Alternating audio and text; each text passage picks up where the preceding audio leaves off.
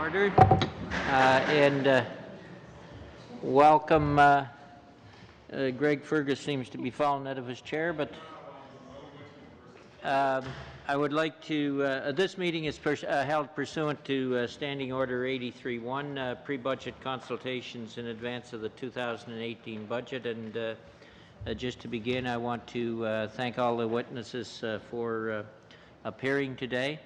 And also thank those who were able to provide us more substantive submissions prior to the August deadline. They are on our iPads. They've all been gone through, and so you will see members from time to time looking at their iPads to see if you're seeing the same thing today as you said then. Although I am aware there's some issues has happened since August that has come to that is of concern to some people.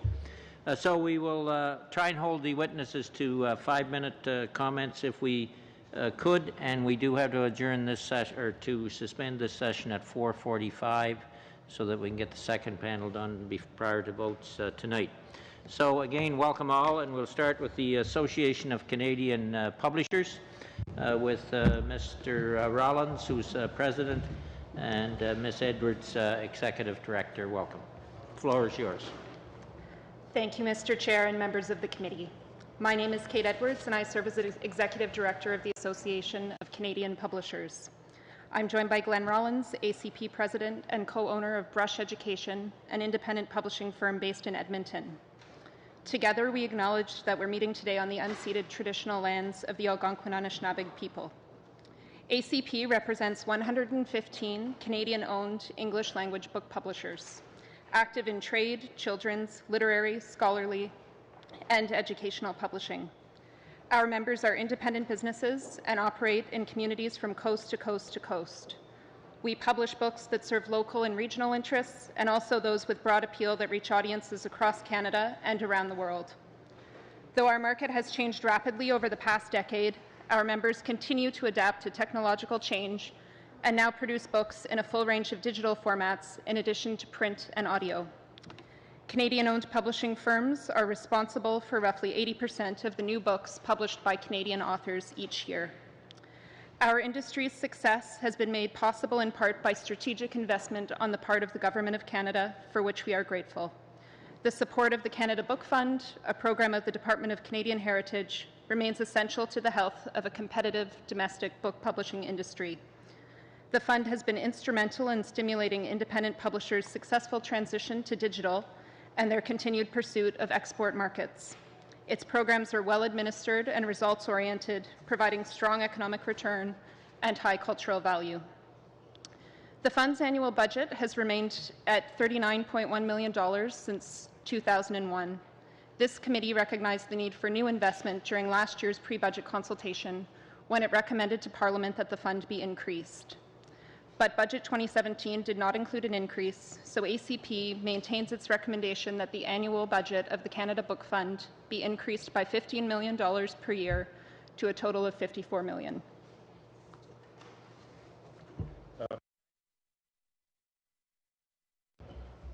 Thank you in particular for arranging for us to meet here under the spirit of the printed word, which rises behind you there, Mr. Chair. Books have an important role among other media. They're authoritative, prestigious, long-form, and intended to last. Because of those things, they have a unique role in our culture and our communities and among our cultural exports, whether in print or digital form. Books matter in ways that are unique to books. Canadian priorities matter to Canadian-owned publishers in ways they will never matter to foreign-owned publishers. Independent Canadian-owned publishers cope with structural challenges, in particular a marketplace defined by foreign-owned multinational companies that enjoy huge economies of scale. We've also had to cope with serious losses to our industry caused directly, though inadvertently, by the Copyright Modernization Act of 2012. The Canada Book Fund functions as an amplifier of our success in that intensely competitive, difficult environment. The fund is essential to the capacity of businesses such as mine to take risks and make investments in this arena, where we, for example, are the only independent Canadian book publisher specializing in medicine and health professions. The Canada Book Fund has been supported by successive governments over a period of decades. That's because all of those governments have understood and supported the role of Canadian published books in building our communities, in understanding ourselves and our times, in education, and in our economy. They've also understood and supported the role played by Canadian published books in bringing Canada to the world. Broadly speaking, our goals for our sector are your goals for our sector. During a period of huge challenges and change for our sector, the Canada Book Fund has remained stuck. Its value has declined by more than 30% since 2001. Your investment in your goals for our sector has declined by more than 30% over that period. Our proposed increase in the Canada Book Fund from $39.1 to $54 million is long overdue. It will pay off in strengthening Canadian artists' presence in digital media, in increased export earnings, and in employment and tax revenues. It will strengthen Canadian communities and Canadian education. It will enable our members, including my company and me, to do a better job for Canada. Thank you, and I look forward to any questions you might have. Thank you very much. Association of Canadian Financial Officers, Mr. Richard, President, and Mr. Chamberlain, Director of Labour Relations. The floor is yours. Thank you. Good afternoon. Thank you for this opportunity to present on behalf of ACFO. We are North America's largest union, exclusively representing accountants, controllers, auditors, and financial professionals. We're speaking today on behalf of more than 4,600 dedicated federal public servants. This committee has been tasked with finding ways to make Canadians and Canadian businesses more productive and competitive. As we prepare recommendations for the federal budget, I urge you to remember that our productive, world-class public service represents a tremendous competitive advantage for Canada. A recent study out of the UK confirmed this fact. Canada's public service generally, and our financial management professionals specifically, are among the world's best. But maintaining our place among the world's best will require work. Canadians and Canadian businesses rely on quality and professional public services to be productive and competitive. The services we deliver and the resources we provide serve as a critical foundation upon which the economy is built. The renewal of the institutions that deliver those services has to be done right.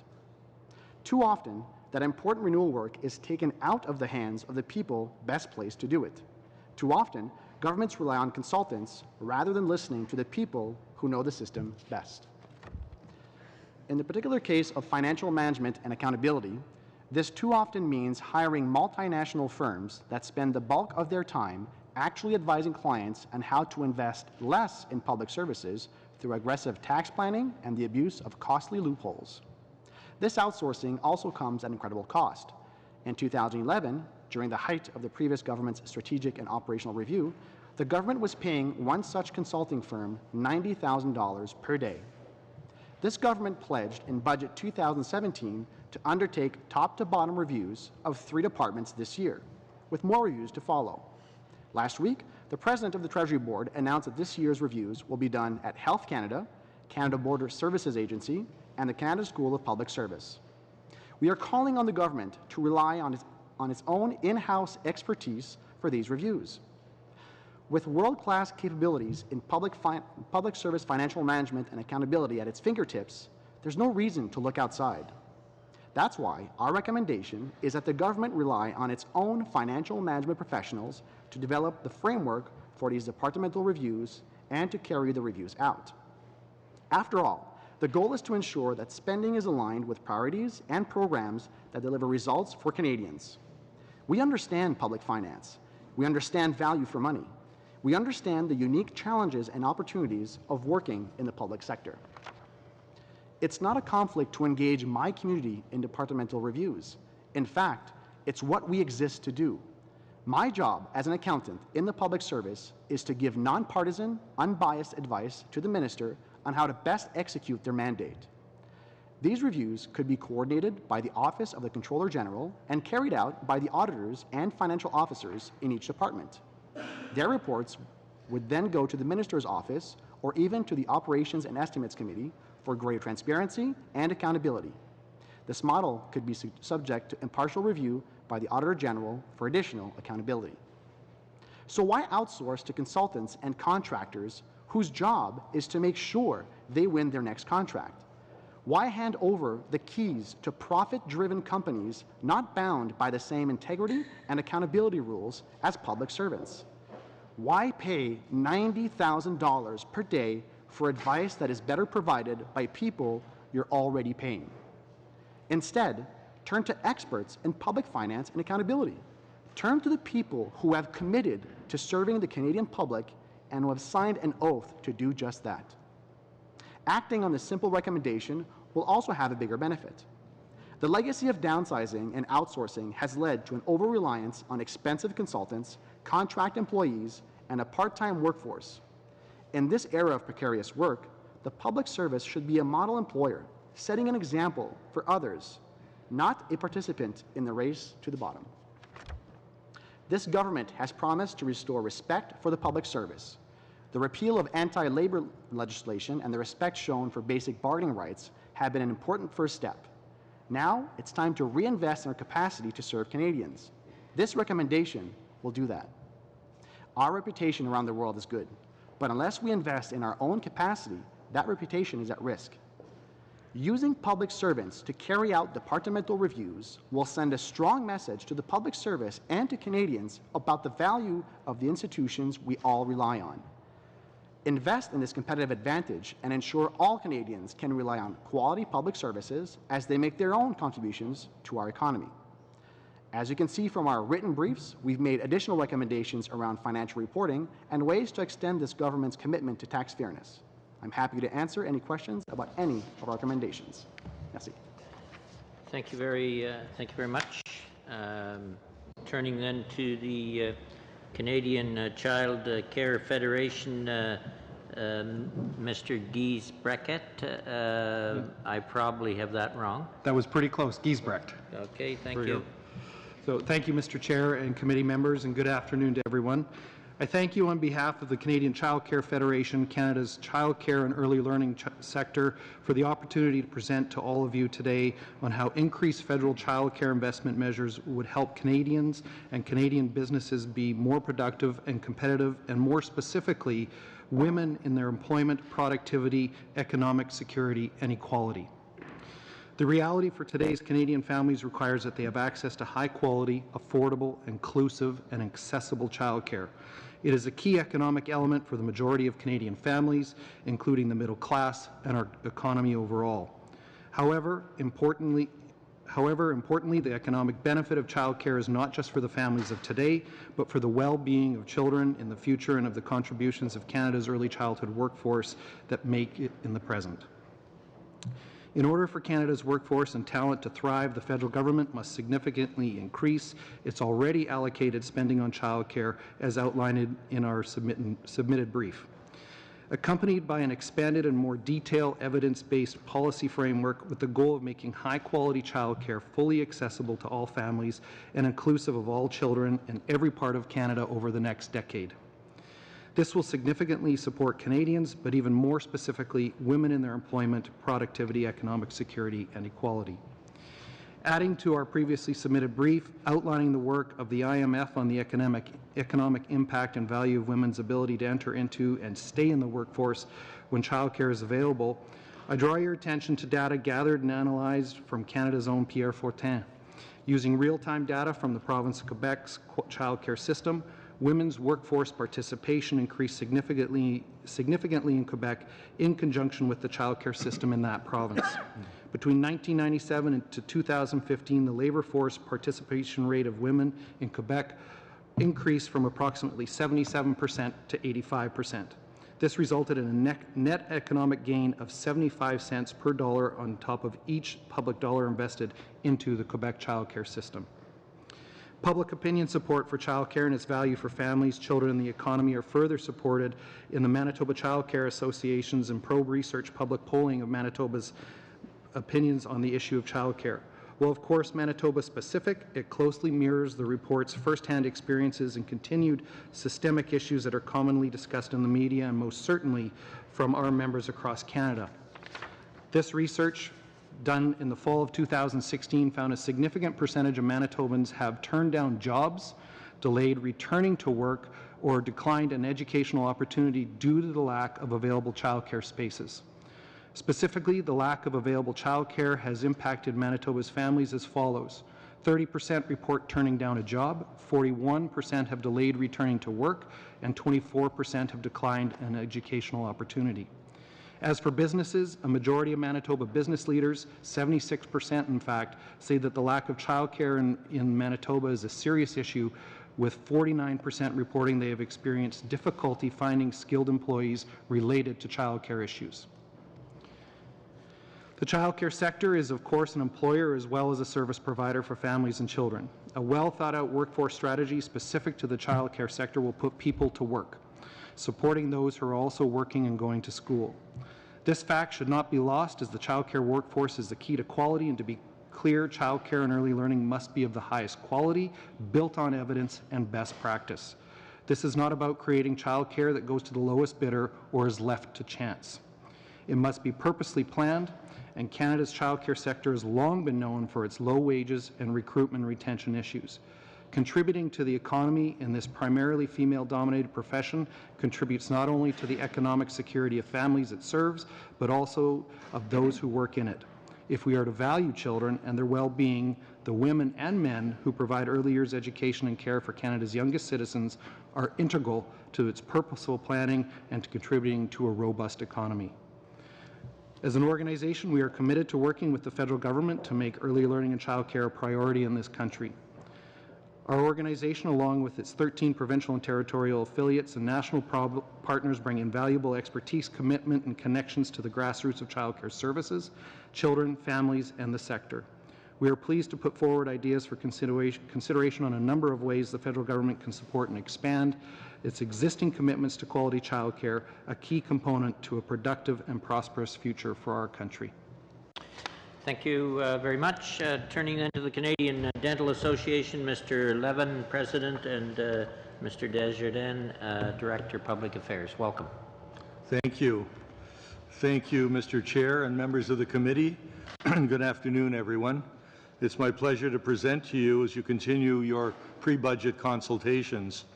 The Canadian Dental Association is the national voice of dentistry, representing the profession and the 18,000 practicing dentists in Canada, most of whom operate as small businesses, employing approximately 100,000 people and investing in their communities all across Canada. Obviously, the discussion around the proposed changes to the Income Tax Act with regard to the Canadian-controlled private corporations provides added context in which these hearings occur. Our preference in appearing before you would have been to begin a discussion on federal leadership in funding targeted oral health programs for vulnerable populations, or to discuss increased long-term investment in programs such as the Children's Oral Health Initiative, which provides preventative oral health care for Indigenous children. However, given the importance of the tax issue, I'd like to spend some time discussing it. In the CDA's pre-budget submission, we raised our concerns about the process and timeline to examine small business tax changes. At that time, we had only begun our internal discussions on that matter. Given the short timeline, with the October 2nd deadline for submissions on the tax process only a few days away, we continue to consult with our members and other small business organizations to better understand the implications and the unintended consequences.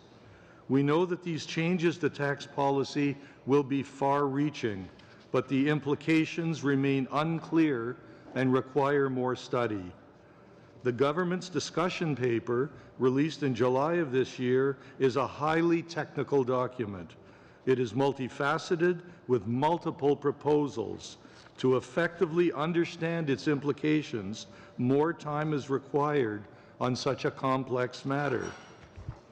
One of the biggest problems it creates is uncertainty, which is not helpful in a small business environment. Dental practices are like other small businesses. They provide middle-class jobs for tens of thousands of Canadians.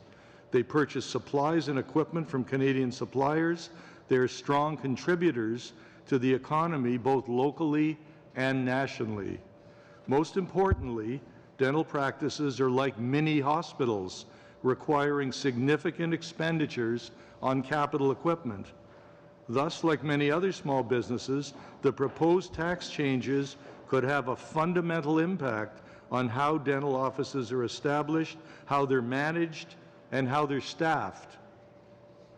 It is our view that the government's proposal takes too narrow a view of the impacts without examining the deeper social or economic effects of such changes on small businesses and their employees.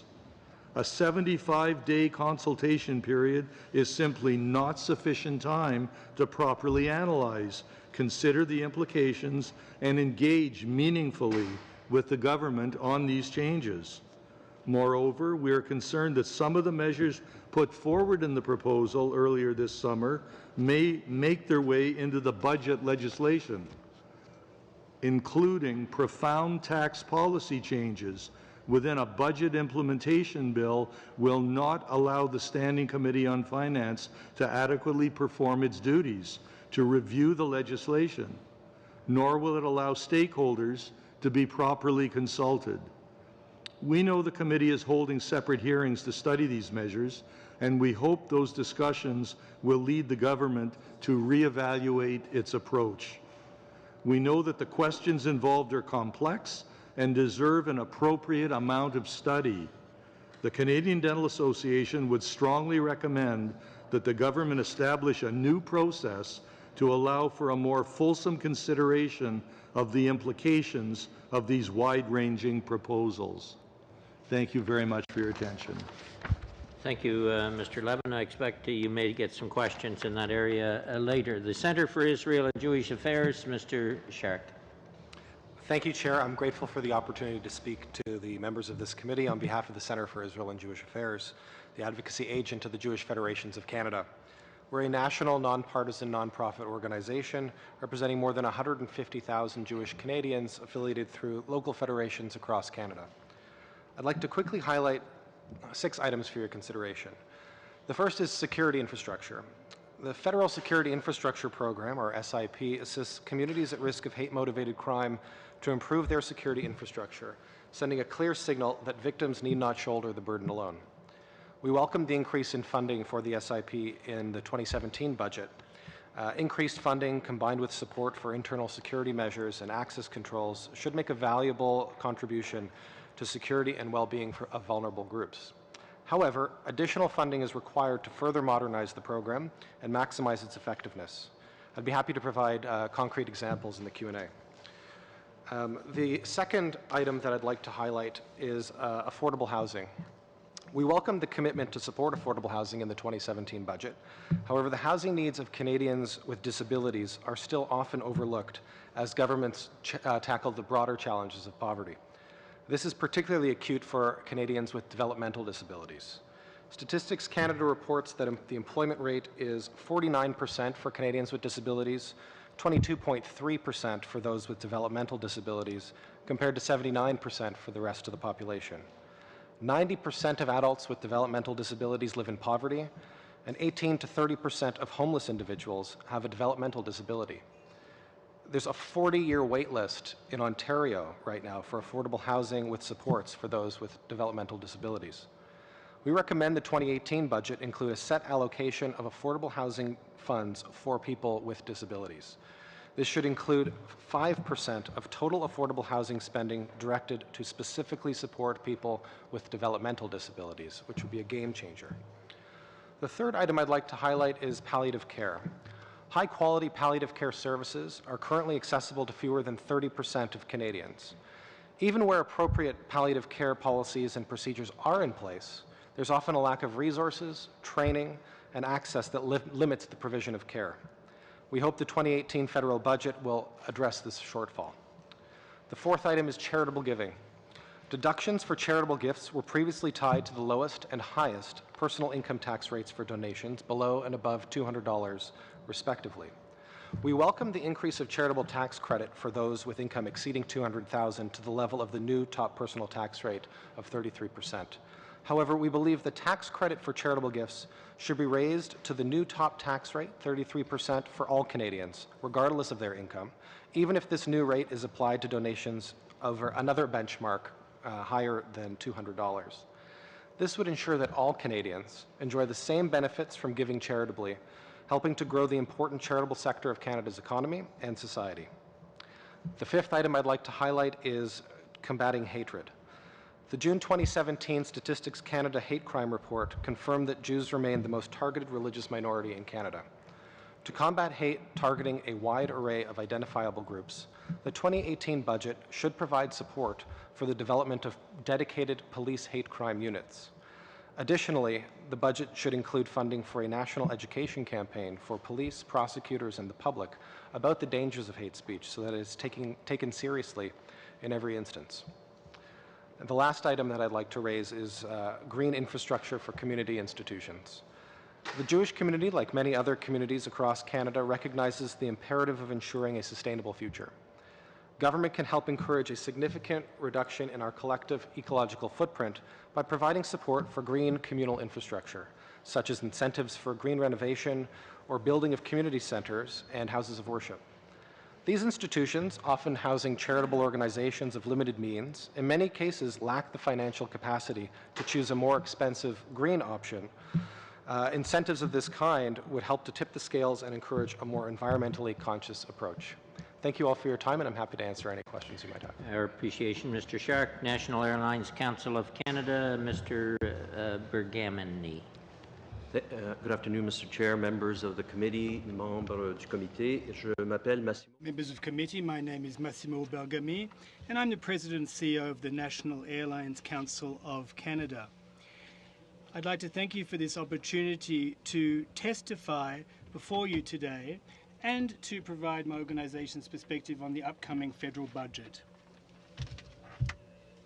The National Airlines Council of Canada was created in 2008 by Canada's 4 largest airlines: Air Canada, Air Transat, WestJet, and Jazz Aviation.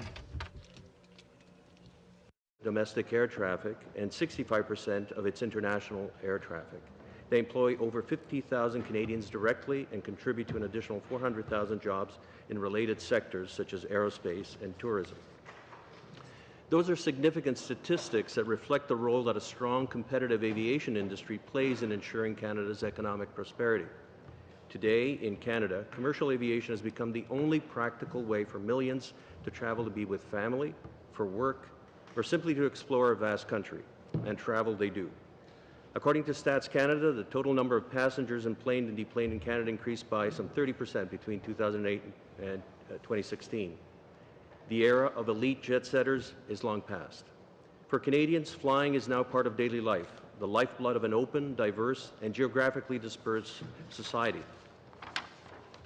The 2016 Canada Transportation Act Review, also known as the Emerson Report, recognized this in its detailed aviation chapter. But beyond the numbers, we cannot lose sight of the fact that air transportation is first and foremost about people. And as people now book flights as readily as they drive cars, air travel has become the domain of the middle class, not the 1%. Commercial air travel is not a luxury in Canada, yet Canada's current policy framework treats it that way. Our current system fails to recognize that air transportation serves both individual air travelers and the country's larger social and economic interests. Adding costs to air travel in the form of airport rents, fuel taxes, and security fees, and now likely a carbon tax, stifles our global competitiveness and penalizes the people that air transportation is meant to serve. And given the demographics of air travel today, let's call it for what it is: another set of taxes on the middle class. The Emerson Report recognized how mounting fees and charges, as well as delays in security screening, affect travelers and the efficiency of the industry. It recommended phasing out airport rents, reforming the user pay policy for air transport, and putting in place regulated performance standards for security screening. We urge your committee to recommend that the Government of Canada support the key competitiveness proposals of the Emerson Report and put in place multi-year financial commitments starting next year's federal fiscal framework. Quelques mots maintenant au sujet de la... A few words now about for-profit airport privatization. First of all, to be clear, We're not opposed to for-profit airport privatization on ideological grounds. Our concerns stem from our understanding of the international experience. Australia, a country with a similar geography and population density as Canada, has tried airport privatization, and their experience is instructive.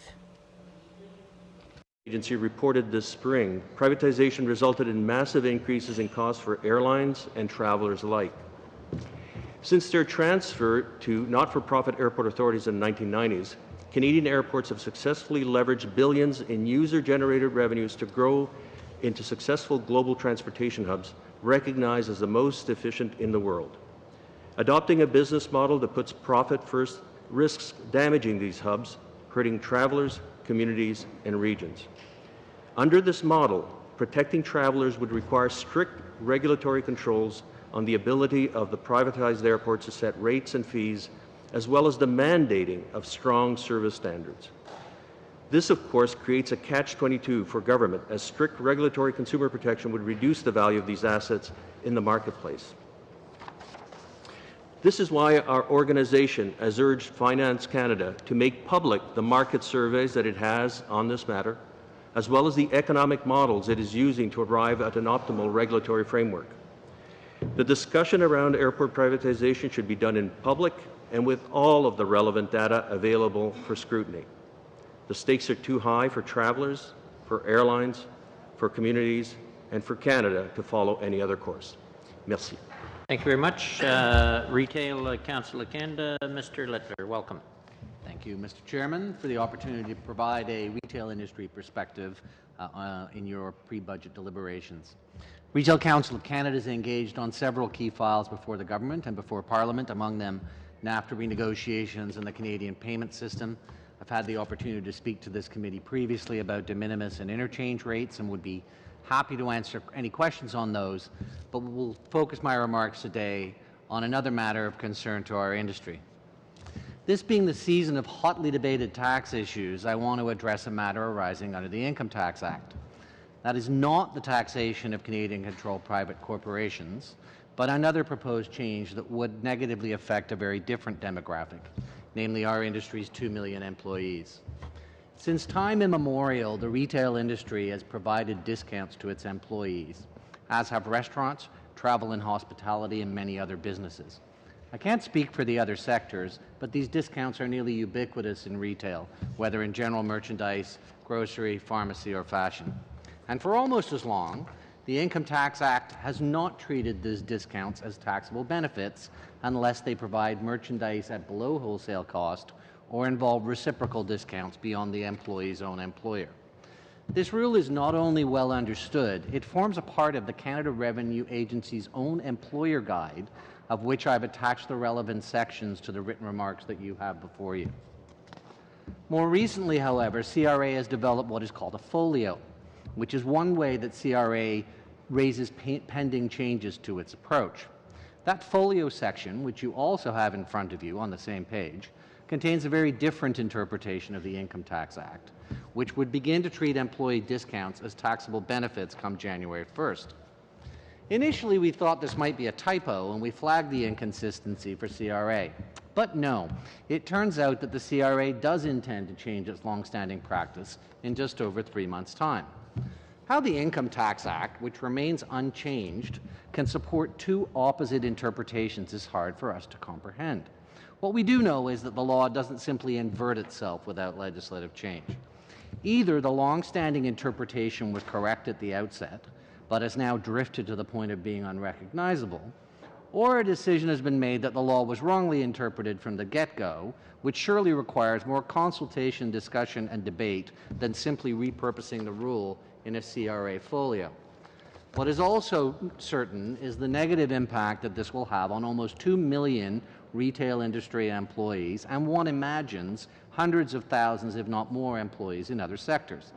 For workers of typically modest incomes, these discounts are indeed small perks of the job. But of course, most industries offer some non-taxable perks, be they language training, education, public transit passes, social events, or workplace refreshments, and the list goes on. All of these have some notional value, but the government has not seen fit to include them in income. So why would the government want to abandon its long-standing practice and start to tax a store employee for a 20% discount on a pair of jeans, or a restaurant worker coming off shift for a meal at the end of the night? If these benefits were truly substantial additions to income, that could perhaps be understood. But they are typically of small value in each instance, and even over the course of a year. To be taxed on these will reduce income for full-time frontline workers, or will be foregone altogether to avoid the tax consequences. The second problem will be an administrative nightmare for retail and other employers. Once the benefit becomes taxable, its value will have to be tracked over an entire workforce and over a large number of low-value transactions. And then there's the question of fair market value. Is it this week's sales price, last week's regular price, a competitor's price? Does it matter if a coupon could have been used, or loyalty points, and so on? The system works effectively now because employers know to keep the discount at a level above the employer's own cost, so tracking is not required. So yet another complex and in our view, needless compliance burden. But mainly, our concern is with our employee impact. In an industry with low margins but high turnover, these employee discounts are one way to provide a small reward to employees and to engender staff loyalty and attachment to the workplace. We can't help but think that there are other issues of far greater concern than capturing employee discounts in the income tax system. But if the government does not step in to correct this problem, then that is exactly what's going to happen several months before the next budget on which you're deliberating. Thank you. Thank you, Mr. Littler. I can't help but shake my head at this one, to be honest with you, but in any event, we'll get to it. Starting then with questions, and we do have to be tight. We'll go to 5-minute rounds. Mr. Sabara. Thank you, Mr. Chair, and welcome everyone. If I can start over at the Association of Canadian Publishers, excuse me, our commitment to the Canada Council of Arts, up to the $360 million level by a certain year. I wanted to get your feedback on how just transformative is that for the Canadian arts community, please, if you can make it quick. Well, briefly, we're tremendously grateful for that increased investment in the arts. I think the Canada Council for the Arts plays an irreplaceable role in the arts generally. And many of our members benefit from the support for publishing and writing that comes through the Council. The quick description that I would give of the difference between what we're talking about today, the Canada Book Fund and the Canada Council for the Arts, is that the CCA is a support for creation, and the CBF, the Canada Book Fund, is a support for dissemination.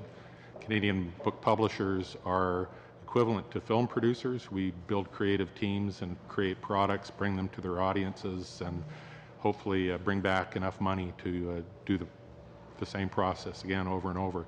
So those two pieces work in very complementary ways, and they're both really important to our members. Thank you. If I can go to the Association of Canadian Financial Officers, if I said that, yeah. On recommendation of modernizing stock option deductions and how we treat it, has your organization looked at the differential between where you have a public company and they have a stock option versus a private company that is not generating a lot of cash flow and gives its employees equity stakes, or as you would call it, options that they may benefit later on? Because I think that there is, in my background, I've read about that. I was wondering if you folks have looked at that at all. Quickly, please. We haven't looked at that, no. Okay. Next question for the National Airlines Council. If you can quickly comment on the Australian, I know you alluded to it, the Australian experience for the consumer with regards to the airport privatization that has occurred in Australia, privatizations that have occurred in Australia. Yes, thank you very much. Indeed, one of the reasons that we speak about Australia is because of the striking similarities in terms of the territory and population density, similarities with Canada. Our understanding is that under their system, they are operating under what they call literally a soft touch regulation regime that has, over the last 10 years, according to the Australian Consumer Protection Agency, resulted in increases in fees for both passengers and airlines of $1.6 billion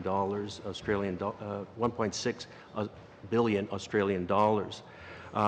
We've had the opportunity to discuss with some of our counterparts in Australia, and they really suggest to us that Canada should not jump headfirst into this process without meaningful and open evaluation of all the options. Thank you, sir. Mr. Littler, thank you for coming. Great to see you again. The comment that you provided today on the potential these discounts, somebody working at a retail or a restaurant getting 10% off or 5% off of an item, and then having it being declared a taxable benefit. To be blunt, this is the first I've heard of that. I'm surprised, and maybe if I can use the word at first glance, without reading all the information, a little disappointed. So I'd like to get some more information from you on that. So if we can take that off to the next part. But thank you for raising that issue with us. Thank you, Chair. I'm done. Doing well. Mr. Albas, 5 minutes. Thank you, Mr. Chair. I just want to thank all our witnesses for coming here today and helping educate us on where you think Canada needs to go in the next budget. I'm going to start actually first with the Retail Council. Sir, thank you very much for your briefing note. Obviously, it's usually small retailers, I would say the smaller operations, that get hit the hardest when it comes towards compliance. Is that the case? I think the challenge for smaller retailers is that they are everything from head chef to bottle washer in a sense. They've got so many so many hats to wear, and there is a great deal of regulation, federal, provincial, municipal, and so on, and compliance is more of a challenge if you are investing, if you're marketing, if you're the HR person, and so on. And even when you grow a little bigger than that, it's a much greater challenge. Larger entities, and we have a lot of large public companies as members, also face compliance challenges, but they tend to at least be able to have in-house or at least retain expertise with which to deal with that. Yesterday we had the Macdonald-Laurier Institute, and the gentleman had mentioned, Mr. Cross, had mentioned that it seems that there is a growing change in the climate when you add on federal, provincial, local government requirements on the business community. It's getting tougher and tougher. Now, let me ask you this question. Is it also a great environment right now for large retail operations like Target? Oh wait, Target left. Okay, so Sears. So I guess Sears is having problems. So even the big retailers, to be able to handle these kinds of regulations right now, probably it's not sending the right signal. Is that correct? That's right. I want to be clear. The sort of, the reports of retail's death are much exaggerated. I mean, retail grew in this country last year. Retail employment is actually holding steady, and in fact, full-time retail employment has increased in this country. But it is a very disruptive period. Obviously, the difficulties with managing exchange rates are part of that. There is a significant challenge operating domestically because of shipments of inbound parcels. So there are quite a number, and certainly retail feels the effects of a lot of regulation. We are involved in huge stewardship programs that cost billions of dollars for life cycle management of product. Not saying that they're not virtuous, but there are a great many cumulatively. So. Okay. Well, no, thank you. And just in regards to this, as CRA, have you met with them on the folio? Have you heard anything from either the commissioner or or his staff, or have you heard anything from the Minister of National Revenue or her staff? So we have had conversations with an assistant commissioner. This was originally brought up relatively low-bridged, should I say. And so we put in a submission initially to say, hey, you've got a dissonance here between your employer guide and your folio. That received, frankly, a pro forma response. More recently, we and also Canadian human resource professionals who would have to think about this as a trackable benefit have made some overtures. The response has frankly been slow and indefinite. We've also approached the Department of Finance because ultimately the income tax is the purview of the Minister of Finance, to propose legislation, even though the interpretation lies with CRA.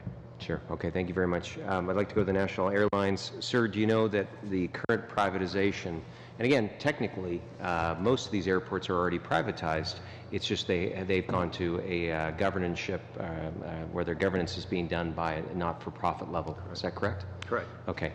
So have you heard of any people that have stopped investing in airports or in perhaps expansion program projects right now because they're not sure of what the future holds? We haven't heard that kind of uncertainty has caused a chill in terms of the development of airports. What we do know is that it has brought to a stop meaningful discussion on fixes to the current governance system, which frankly is broken.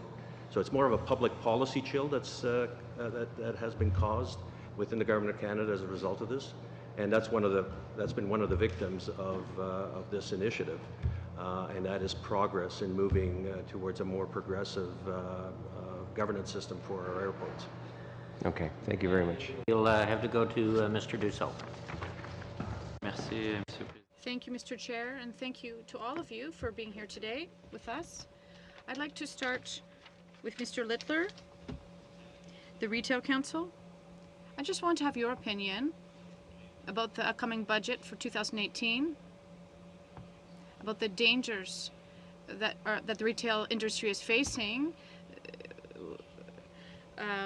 In Sherbrooke and throughout Canada, people come and see me, and they talk about competition from e-retailers because they have different regulations for tax, not just talking about taxation, but also abroad, and also the delivery of parcels. One of my constituents, which is also the president of the Chamber of Commerce of Sherbrooke, he compares a product that comes from China and what he can, if he wants to send it to his neighbor, it would cost him more than sending it to China. So do you think this is an important problem for the retail industry? Have you seen these kind of situations, and how do you approach the situation? What's your view? We are very concerned about unlevel playing fields developing in the online space relative to domestic sales, and by that I'm not trying to create it as a bricks and mortar versus online thing. There are a great many companies that are operating sites in Canada, .ca sites, who are also very big contributors and current investors in the Canadian economy. We've spoken before about de minimis rate and urge this committee and the government not to create an incentive for Canadians to shop literally anywhere else but Canada, and that is obviously a stance that we've taken in the current round of NAFTA renegotiations. There are a multitude of other challenges. There is frankly postal rates that were set back when China was a developing country that still obtain with respect to Canada Post. There are difficulties, frankly, with the CBSA's enforcement of duty and tax collection rules on packages that are valued above the de minimis rate, but still in the $100, $200 range, and it's an extremely porous system that creates an advantage, and certain shippers and certain recipients know that the likelihood that tax or duties will be collected is relatively low. So that is a problem in itself. The province of Quebec has been really at the forefront of pushing back on this. I noticed that Peter Simon recently had something to say about that, and I noticed that Monsieur Pallado at Quebecor had a fair bit to say about it in a broader context, so we think it's timely that this issue be discussed. Effectivement, et puis peut-être sur... Yes. With the time I have left, perhaps I could talk to the financial officers. You also talk about tax evasion and a solution for everyone to pay their fair share. And I'm wondering if you've been satisfied up until now with the only government response we're hearing is to put more money into the CRA, which is not necessarily a bad thing, but there could be other solutions. So there are a lot of loopholes in the tax law that need to be corrected. But is this an approach that you would recommend that we should review the Tax Act, because, you know, when everything... Yes, there are several ways of tackling this issue. Often accountants see things that are a bit off, and we want to. There's different ways to change the legislation, but for us, resources invested in capacity would be an excellent way to tackle this tax evasion, because these amounts keep on getting higher. So investing in the resources that we have is a good solution. Thank you. I'd also, with the time I have left, like to ask a question about childcare. I know that a Canadian childcare benefit exists, but would you recommend a national program for childcare? Because the Canadian Carpel benefit, yes, it covers childcare costs, but in Quebec we know that these costs are lower than in other provinces. So do you think this is enough, the Canadian Child Benefit, or would you be more ambitious and recommend a national program, Canada-wide? A national program as it is continuing down the path that I think the federal government has already started, which is to execute bilateral, starting with a multilateral framework which outlines the principles and policies of federal investment, and then working on provincial and territorial and with Indigenous communities on creating bilateral agreements. I think it is very hard in a country as vast as Canada, and the fact that childcare is a provincial and territorial responsibility, to enact something that everybody will agree to across this country, but at the same time, you know, strong policy framework, enhanced investment than what is happening right now, certainly would be two ways to keep going forward. Thank you all. Turning to Mr. McLeod. Thank you, Mr. Chair. And my question is for the Canadian Child Care Federation also. I really appreciate your presentation, and I totally agree with the title of your presentation. The key, affordable and accessible childcare is the key to helping Canadians and Canadian business be more productive and competitive. And I represent a riding with a large Aboriginal population, and I think that really applies well there. In our Aboriginal communities, we have many times the social problems that other Canadians are facing in the cities and in their communities. And we need to really recognize that to deal with these issues, we got to be able to do more with the Aboriginal young families, young children. And we've had an Aboriginal Head Start that's been in the system for quite a few years now. It has not expanded. It has not had a new mandate. It hasn't been really resourced well over the years. And yet there is a real need in our communities for early intervention, you know, with the young mothers that are pregnant and while the child's still in the womb. We need to make sure that the babies are born healthy. We need to have parent outreach. We need to have people visiting the homes. We need to have a good health promotion campaign. We need to ensure that we focus on culture, we focus on language. There's so many things that are out there that the Aboriginal Head Start program doesn't have under its responsibility yet, and it should. You know, I would like to see it expanded to an Aboriginal Head Start and Family Resource Center, so we can help give the proper Head Start to our young children and young families in all our Aboriginal communities. I'd like to know what you think about that whole concept. I've heard a lot of people bring it up, and I think it's a good one. It's about holistic policy, family policy in this country, which we really don't have a lot of. So we certainly have the Canada Child Benefit. Prior to that, we had the Universal Child Care Benefit. And now we've got the federal government back at the table with dollars and with policy with regards to children and families. But it's just a start. We need a lot more. And, you know, as the evidence shows, if you're going to invest in children and families, it's not something that's going to cost. It actually returns money back into the public coffers. And so it is good for children, it is good for families, and absolutely I agree with what you said in terms of an approach, and very specifically that Indigenous communities have the opportunity to create programs and services that work for their citizens. In your presentation, you mentioned that for 2018-19, there's $1 billion being targeted for investment. Yet in 2005, the Liberal government had put in $5 billion. Now, there is a little bit of a difference when it comes to different pockets of money that's being invested, say for Aboriginal Head Start, which is situated in the Department of Health in an office where I'm not sure if they know it's still there, but it doesn't get a whole lot of attention.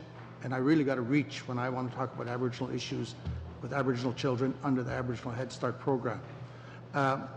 So we know we're being underfunded even less than we were in 2005. What is that number to cover Indigenous, non-Indigenous, everybody that's in the system for childcare? Yeah. The whole program under the responsibility of the ultimately, in our brief, the federal government right now is committed to a 10-year funding plan of $7 billion by the total funding by the end of the 10th year, and I believe at that time it's in and around $800 million that's going to go into the system. The benchmark in the OECD is 1% of GDP. And our recommendation is by the end of year 10 that we should be at 1% of GDP at that time, which will allow you to have a wide range of services and a well-funded system across this country. We'll cut it there. Mr. Kamish. Thank you, Mr. Chair. So I'm going to start my questions to Mr. Richard and Mr. Chamberlain. In your pre-budget submission, recommendation number 4 deals with work to eliminate transfer pricing. And you mentioned the dollar figures involved and the potential tax revenue that could be generated for the government. So it's interesting just the comparison with the small business tax changes that are being proposed to the opportunity the government would have to actually go after a real tax loophole as opposed to the tax law as it is. And this issue of international subsidiaries being used. So that, I mean, Morneau Chappelle opened an office in the Bahamas. They have a news release here. They did it for so-called international pension consulting business, which could have easily been done out of their offices in, obviously, Toronto, because I think with a phone and an international airport right nearby, you could just as easily go and do your business in South America. So in your proposal here, you make a recommendation that this should be where the government focuses its time in order to generate more revenue in terms of fairness. So why do you think the government has chosen instead to go after small business owners with very limited means, no accounting services typically, they can't afford fancy lawyers, whereas in your proposal you even identify Bahamas, which is where Morneau Chappelle opened its subsidiary, and the numbers we're talking about are far, far, far bigger than what these small business tax changes they're proposing. Thank you for your question. When you look at the quantum, you're quite right. With the income splitting, it's about $280 million projected savings. With the stock options, which we mentioned earlier, subject to a conversation with Mr. Sorbera about public versus private, it looks to be about $560 million to $1 billion that potential savings. And with the transfer pricing, it dwarfs both of those. $7 to $8 billion in potential savings, dealing with the very simple premise that economic activity should be taxed where it occurs, which is not what's happening globally right now. Partially your answer is probably that the third and bigger item isn't completely within the control of Canadian government alone. It's an international problem, and that there is a blueprint for dealing with this, a partial blueprint that this committee put together in October and the government responded to in February on the CRA's efforts to combat tax evasion. To be fair, we support modernizing income splitting because by and large, the bulk of that $280 million benefits lawyers, doctors, accountants like myself, lawyer, accountant beside me, and not the middle class. About 3% of that benefits them. But by and large, it's a very small percentage of the money that could be saved, and these other items are much more significant.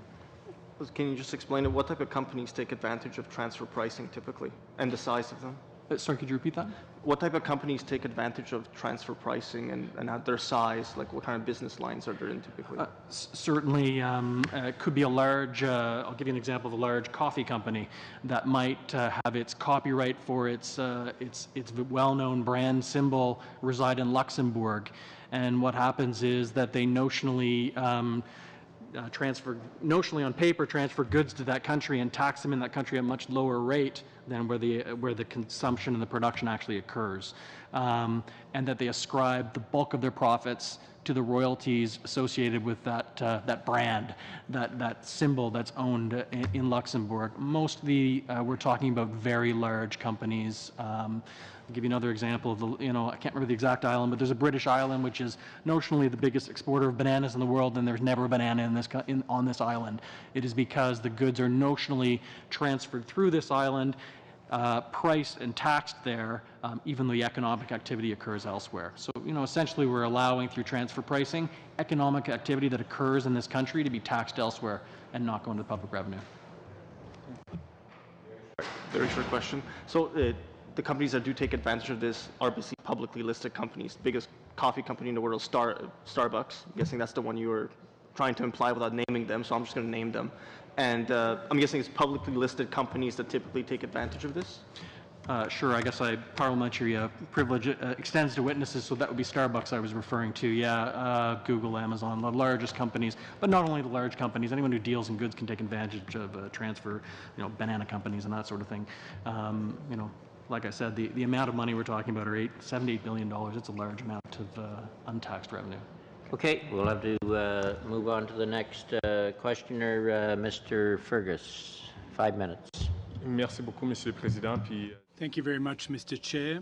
And I'd like to thank all the witnesses who've appeared before us today for your highly informative and interesting testimony. And I very much appreciate you coming here to Ottawa for those of you who came from out of town. My first question is for Mr. Schaake. Mr. Schaake, I'm highly interested by your brief from the Center for Israel and Jewish Affairs. Here is my question, and it's about the security infrastructure.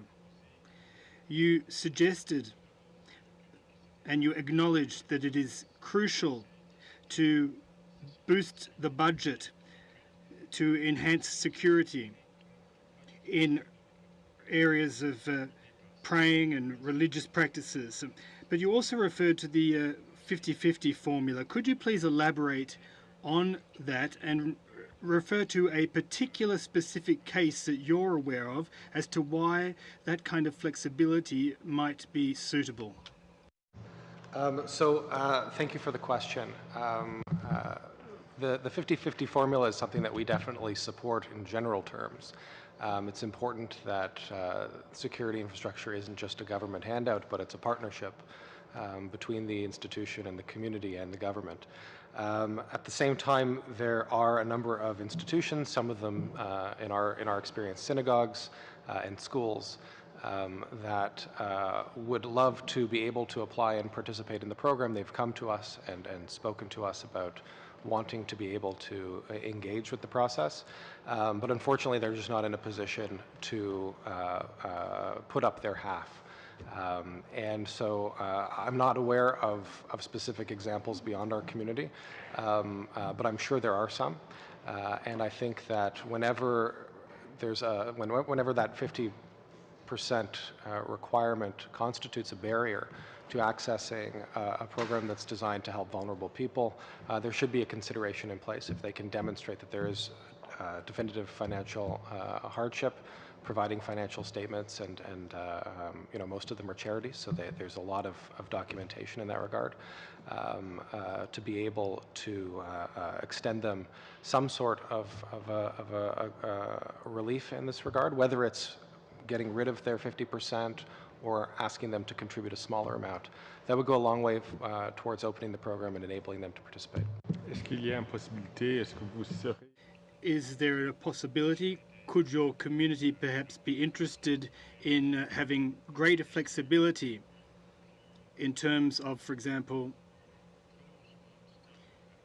an extended a timeline in order to collect the 50% in funding? Again, that's an interesting idea that for some institutions might work. For others, it may not be a function of time. It may take too long for them to be able to raise the kind of money that would be required for the project. So at a certain point, these security measures that are needed are not being put in place, and if it takes a number of years for them to gather the resources sufficient to participate, I think that would be too long, and it wouldn't actually help them. Deuxième affaire que vous avez mentionnée, c'est Second point you mentioned has to do with charitable donations and gifts. You mentioned that you would like the same rules to apply for small amounts, that it would be subject to a tax credit of 33%. Based on my experience, and I was very much involved with the Liberal Party, it's always been my belief that it's crucial that charitable donations, that we encourage Canadians to give the highest amounts possible so that they can enjoy the highest tax credits available. And in this case, it's 33%, and I feel that that would be more ideal. Rather than just an incentive to Canadians, instead of giving $150, they might just go that extra mile and give another $50 so that they get a better tax credit rate. And are you of the opinion that if there was a higher tax credit, even for small amounts, it might in fact have the opposite effect and lead to people not giving the maximum amount they can afford? So, no, I think that our intention with this is very much along the lines of what you've suggested. The idea of extending 33% credit rate, a tax credit for charitable giving to people who aren't earning over $200,000 would incentivize potentially them to give more. And if that benchmark for where the 33% would kick in is $200 or whether it's $1,000, that's something that can be discussed and considered in terms of how much it would cost and what would be something that the government could entertain. But the idea very much is to create that incentive to encourage people that if they go and they give that extra amount, they will be able to receive that top benefit. Right now, it's a little bit askew. Of course, we're happy that the top givers, the people who earn over $200,000, are able to receive that 33%. They're often the ones on whom charities rely most heavily, but not exclusively. Thank you both. And before I turn to Mr. Kamish for the last question, I have two. One to the Association of Canadian Financial Officers. You talk really in here about how maybe the federal government could be more productive by using people within its own employ who are professionals and save money rather than going to outside consultants. Do you have any cost figures on what any figures on what the amount of savings the federal government would gain by doing that? I can tell you as a chartered professional accountant myself with 10 years experience serving the public service, too often we'll go with outside resources, and these contracts come back and we have to review them, correct them, and say, no, you might want to revise this. Why? Because we have the experience. We're there. In terms of the dollar figure, they're spending $8 billion on these outside contracts. So how much of that could be done in-house? To what expertise? Look, we all agree if there's a lack of capacity, there might be a need for a portion of that. But for the most part, throughout my career, every time I see one of these reports, I said, this is something we could have done better in-house at a lesser cost. Did you say 8 billion? Yeah. B? 8 billion, yes. Okay. That's good to know. And Mr. Levin, on your presentation, I know you dealt mainly with the tax planning using private corporations. I think your comments are important, And one of the difficulties for us as a finance committee right at the moment, we're doing pre-budget consultations, which this panel is doing this afternoon. We're also doing tax planning using private corporations, which we had a hearing yesterday morning and tomorrow morning. But I would suggest to you in terms of this presentation and to others who may care to, that on the Finance Committee's website, on the tax planning using private corporations, there is a place to submit submissions, and maybe you should submit this submission there as well, because what comes in that study or that consultation will go to the minister's portfolio in the consultations that he's doing that will end on October 2nd. So it's just a suggestion so that your remarks aren't lost and they go to preps where they're better slated to get your point across. Thank you then, and Mr. Albas now, instead of Mr. Kamish. Mr. Albas, you've got about 3 minutes. Thank you, Mr. Chair. I'd like to actually go to the Canadian Dental Association. Obviously, there are different standards in every province. My understanding is in British Columbia, the Health Professions Act only allows other dentists and family members to hold shares in a company. One of your members has said to me, I cannot sell shares to non-dentists to raise capital and must borrow to finance my practice. Are there similar limitations in far as practice goes across the country? You know, I think that within most of the health professions acts across the country, that is the limitation that's put on owning a dental corporation, is that it can only be owned by a dentist. So that would be the reality, is that it certainly narrows the market of who would want to buy that corporation at some point, and certainly, you know, as you indicate, you can't sell shares in it, and so certainly borrowing is one way to access capital. The other way is, frankly, is to save within the corporation to be able to access that capital on an ongoing basis.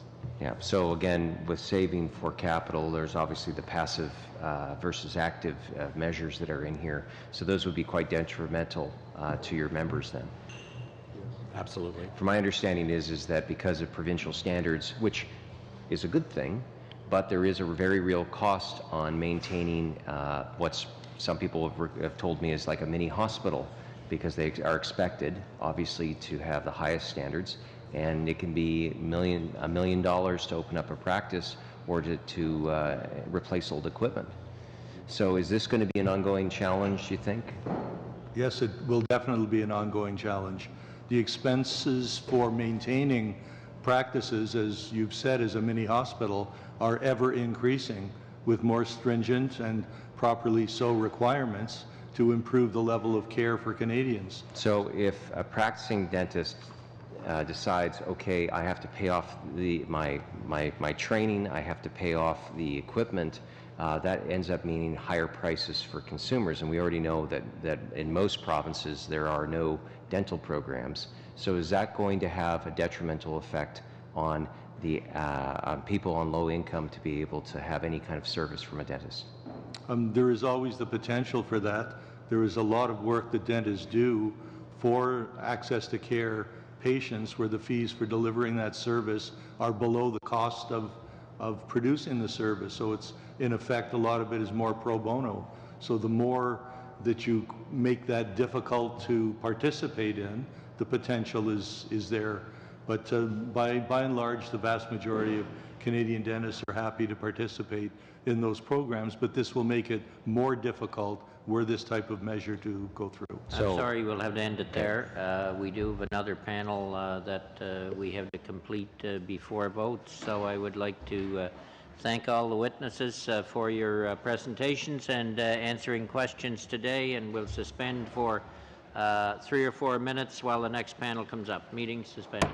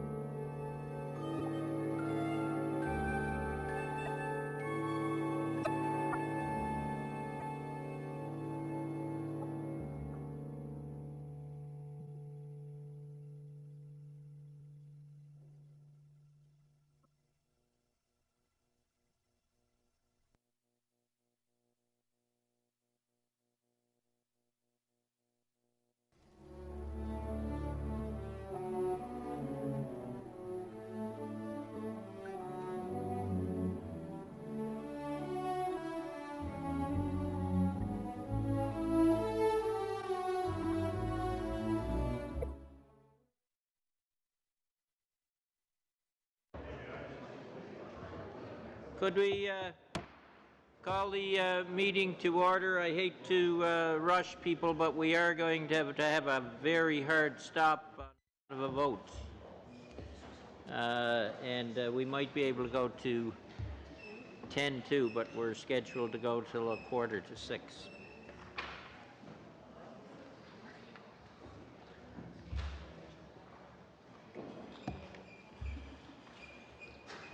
So, Fred, I haven't seen you in a long time. Welcome. So, we're here on the pre-budget consultations in advance of the 2018 budget, and I'd ask witnesses if they could hold their remarks to about 5 minutes. We are a little tighter on time than normal, but we thought it'd be better to finish the panel rather than to have you wait until after we vote. So, to be as short and concise as possible, and starting with the Financial Advisors Association of Canada, Mr. Pollock, President and CEO. Mr. Pollock. Thank you, Mr. Chairman. Delight to be here and to present before the committee. Abacus is the oldest and largest voluntary association of financial advisors and planners in Canada, with about 13,000 members across the country. Our goal is to work cooperatively with decision makers and the public, stressing the value of financial advice and striving for an environment in which all Canadians have access to the advice they need. Small business financial advisors primarily work out of independent agencies or as exclusive advisors of life insurers and independent mutual fund and securities dealers. They are provincially licensed to provide various financial products to the public. There are about 78,000 small, medium-sized business financial advisors in Canada, servicing more than 13 million client accounts. Financial advisors are a vital part of Canada's economy and are crucial to the long-term financial health of Canadian families and small businesses, representing $19 billion in direct GDP. Canada's small business financial advisor sector is larger than the pharmaceutical sector, the aerospace sector, and the motor vehicles industries. Our sector accounts for 180,000 direct jobs and about $4.5 billion in total tax revenues. But the greatest value to the Canadian economy is what financial advisors do for their clients. Small business advisors are uniquely positioned to provide advice to middle-class Canadians. Over 80% of all households have less than $100,000 of investable assets. The average client assets under management is $49,000, and the average life insurance coverage is $187,000.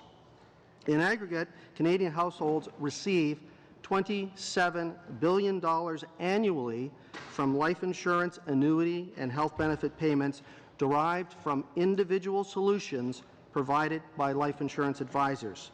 Small business financial advisors manage $650 billion in financial assets for Canadians. People who receive financial advice are more financially secure, are better protected, better prepared for retirement and unexpected life events than people who do not receive advice. Economic studies have shown that advised households have up to 4 times the financial assets compared to that of non-advised households. Public policy should be aimed at giving Canadians greater access to professional financial advice. You know, as the Minister of Finance said this week, quote, "The economy is doing well. We are in the best place in a decade," end quote. We agree. The Canadian economy is growing at a strong pace. That is why we have taken a keen interest in the government's proposals to change the taxation of Canadian-controlled private corporations. Small business is the lifeblood of the Canadian economy. The 13,000 financial advisors that Abacus represents are not only small businesses themselves, but they advise hundreds of thousands of small businesses across Canada with financial planning, succession and estate planning and tax planning advice. The Small Business Coalition rightfully pointed out in our recent letter to the Minister of Finance that the changes to passive income rules could potentially result in a tax burden of 73% on corporately earned investment income and 59% on corporately realized capital gains. The Coalition also points out that the changes to income sprinkling will have an impact on all small businesses, not just ones making over $150,000 per year. Finally, the tax bill for intergenerational transfers that result from the death of an owner could increase by 15 to 20%. None of this, however, is new to you as members of the committee, so allow me to make an argument that doesn't solely rely on statistics or economic models. Building a business is not an easy thing to do. They are built with blood, sweat, and tears. People use their life savings to start a small business. They take out loans, lines of credit on their houses, and borrow from friends and family. They work 80 to 90 hours a week and deal with a level of stress that often goes unseen. And at the end of the day, the sad reality is that most of the time, small businesses do not succeed. The financial advice industry is changing. Robo-advisors, regulatory challenges, and increasingly aggressive large institutions continue to put pressure on small business financial advisors. These tax changes will not only make it more difficult for small business financial advisors to stay competitive and expand their businesses, but they will limit the options for the small businesses they advise. The tax changes will make it harder for these businesses to grow at a time when large institutions in some sectors are rapidly expanding their reach. The proposals aside, our members feel that the process and some of the language that was delivered throughout the process was not collaborative. Our members and their clients continuously hear from the government that these are tax loopholes, and these changes will only impact the wealthy and those who make over $150,000, when we know this is not the case. The consultation was launched in the middle of July and finishes just 2 weeks after the summer, and to us, that's a very short window for these fundamental changes. We would ask this committee, through the pre-budget process, to convey to the Prime Minister and the Minister of Finance the concerns and challenges many organizations like Abacus have faced and identified during this very short consultation. We are worried that this is being rushed through. We must ensure that this is the right public policy for Canada. Thank you, Mr. Brolick. I don't know if you were here when I mentioned to the Association of Canadian Financial Officers. If you were, then yeah, I was. Consider you do that as well. Turning then to Biotech Canada, Mr. Casey. Thank you, Mr. Chairman, and thank you to the committee for this important opportunity at a fairly critical time for this industry to provide testimony. By way of introduction, Biotech Canada is the national trade association representing Canada's biotech industry, and that includes the large multinational pharmaceuticals, but the vast majority of our over 200 members are small to medium-sized startup companies that are taking innovations and trying to move them forward. And the innovations are addressing some of the challenges that we're facing as a global society. When you think about a planet whose population is rapidly moving from 7 billion to 9 billion, we need to find new ways to grow, to feed, to fuel, to heal. And biotechnology is one of the ways that we're going to be able to do that. Thankfully, in Canada, we have a long and proud history of bringing forward innovation in this space to the global marketplace, dating back to some of the earliest days, including the development of penicillin, insulin, and even the technology that went into making canola seed, one of the biggest crops for this country. And as a result, we've got fantastic science and scientists in this country right across the country, and they are housed and located in clusters that exist right across the country, and you'd expect to see some in the big urban centers like Montreal and Toronto, and of course that's where very significant clusters are. But when you look at the biotechnology industry, it's in every single province in every region. Indeed, même la ville de Sherbrooke, avec Sherbrooke Innopol, qui prend l'appui pour l'industrie. Yes, the Sherbrooke Interpol also provided support to the industry. Participated in the opening of the expansion of BioVectra, a very successful company that I know you're well aware of. And we see huge clusters right across the country, and they're supporting industry, or companies, I should say, that are bringing forward some remarkable innovation. Companies that are taking mustard seed and turning it into jet fuel. Other companies in parts of the country like the Okanagan Valley, where they're taking fruits and stopping them from turning brown. We have other companies that are looking at things like shrew saliva and turning that into a therapy for rare forms of cancer.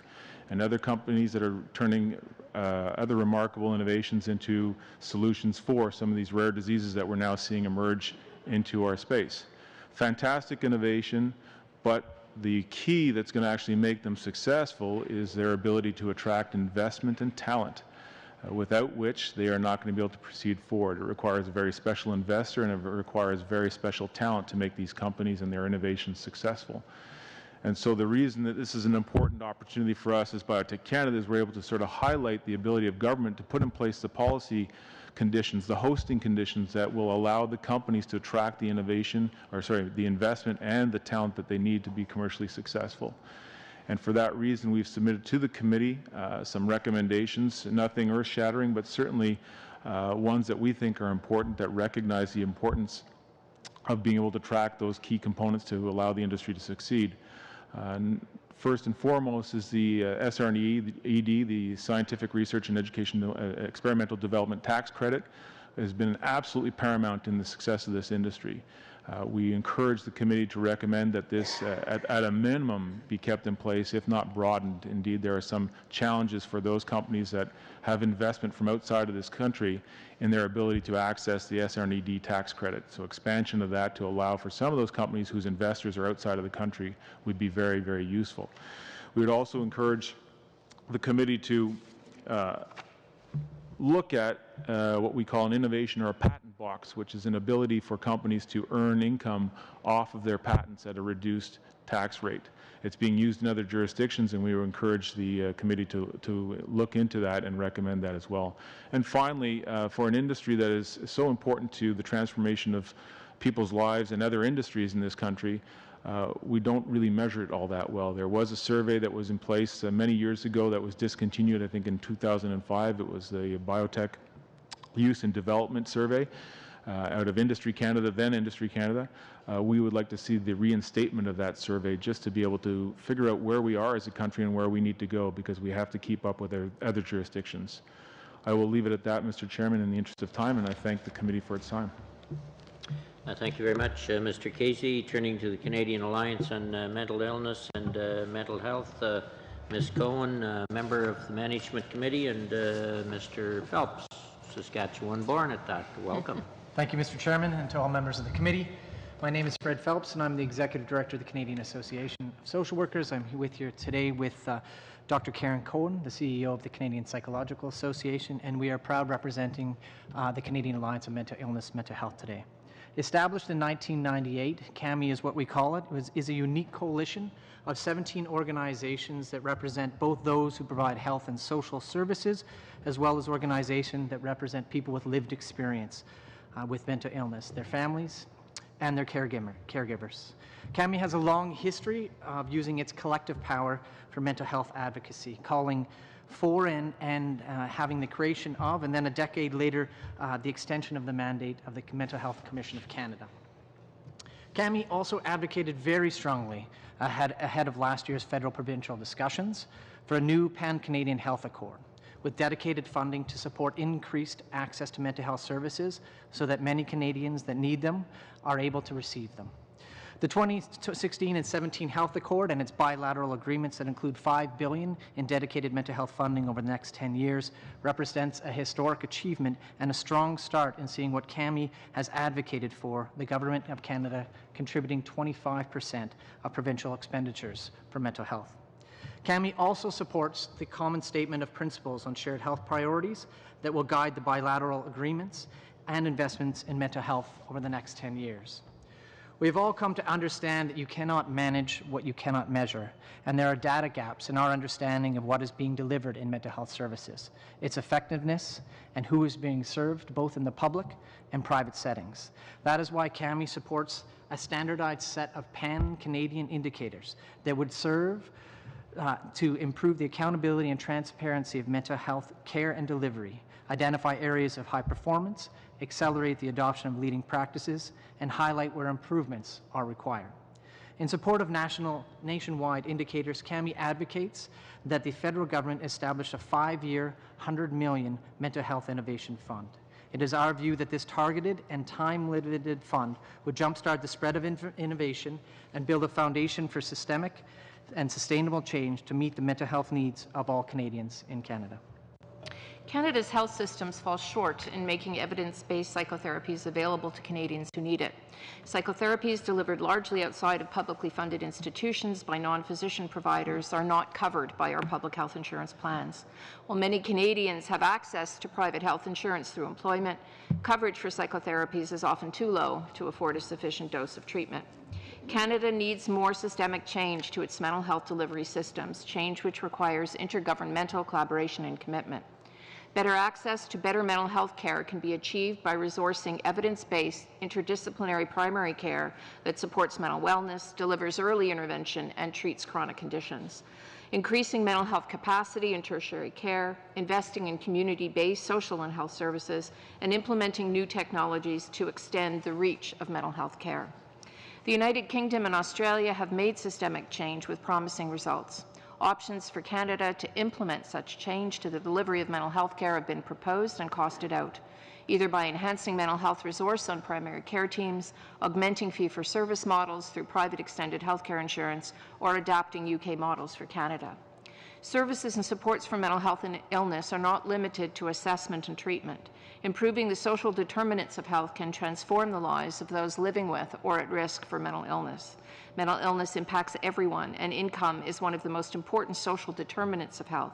A universal basic income to support all Canadians should be explored.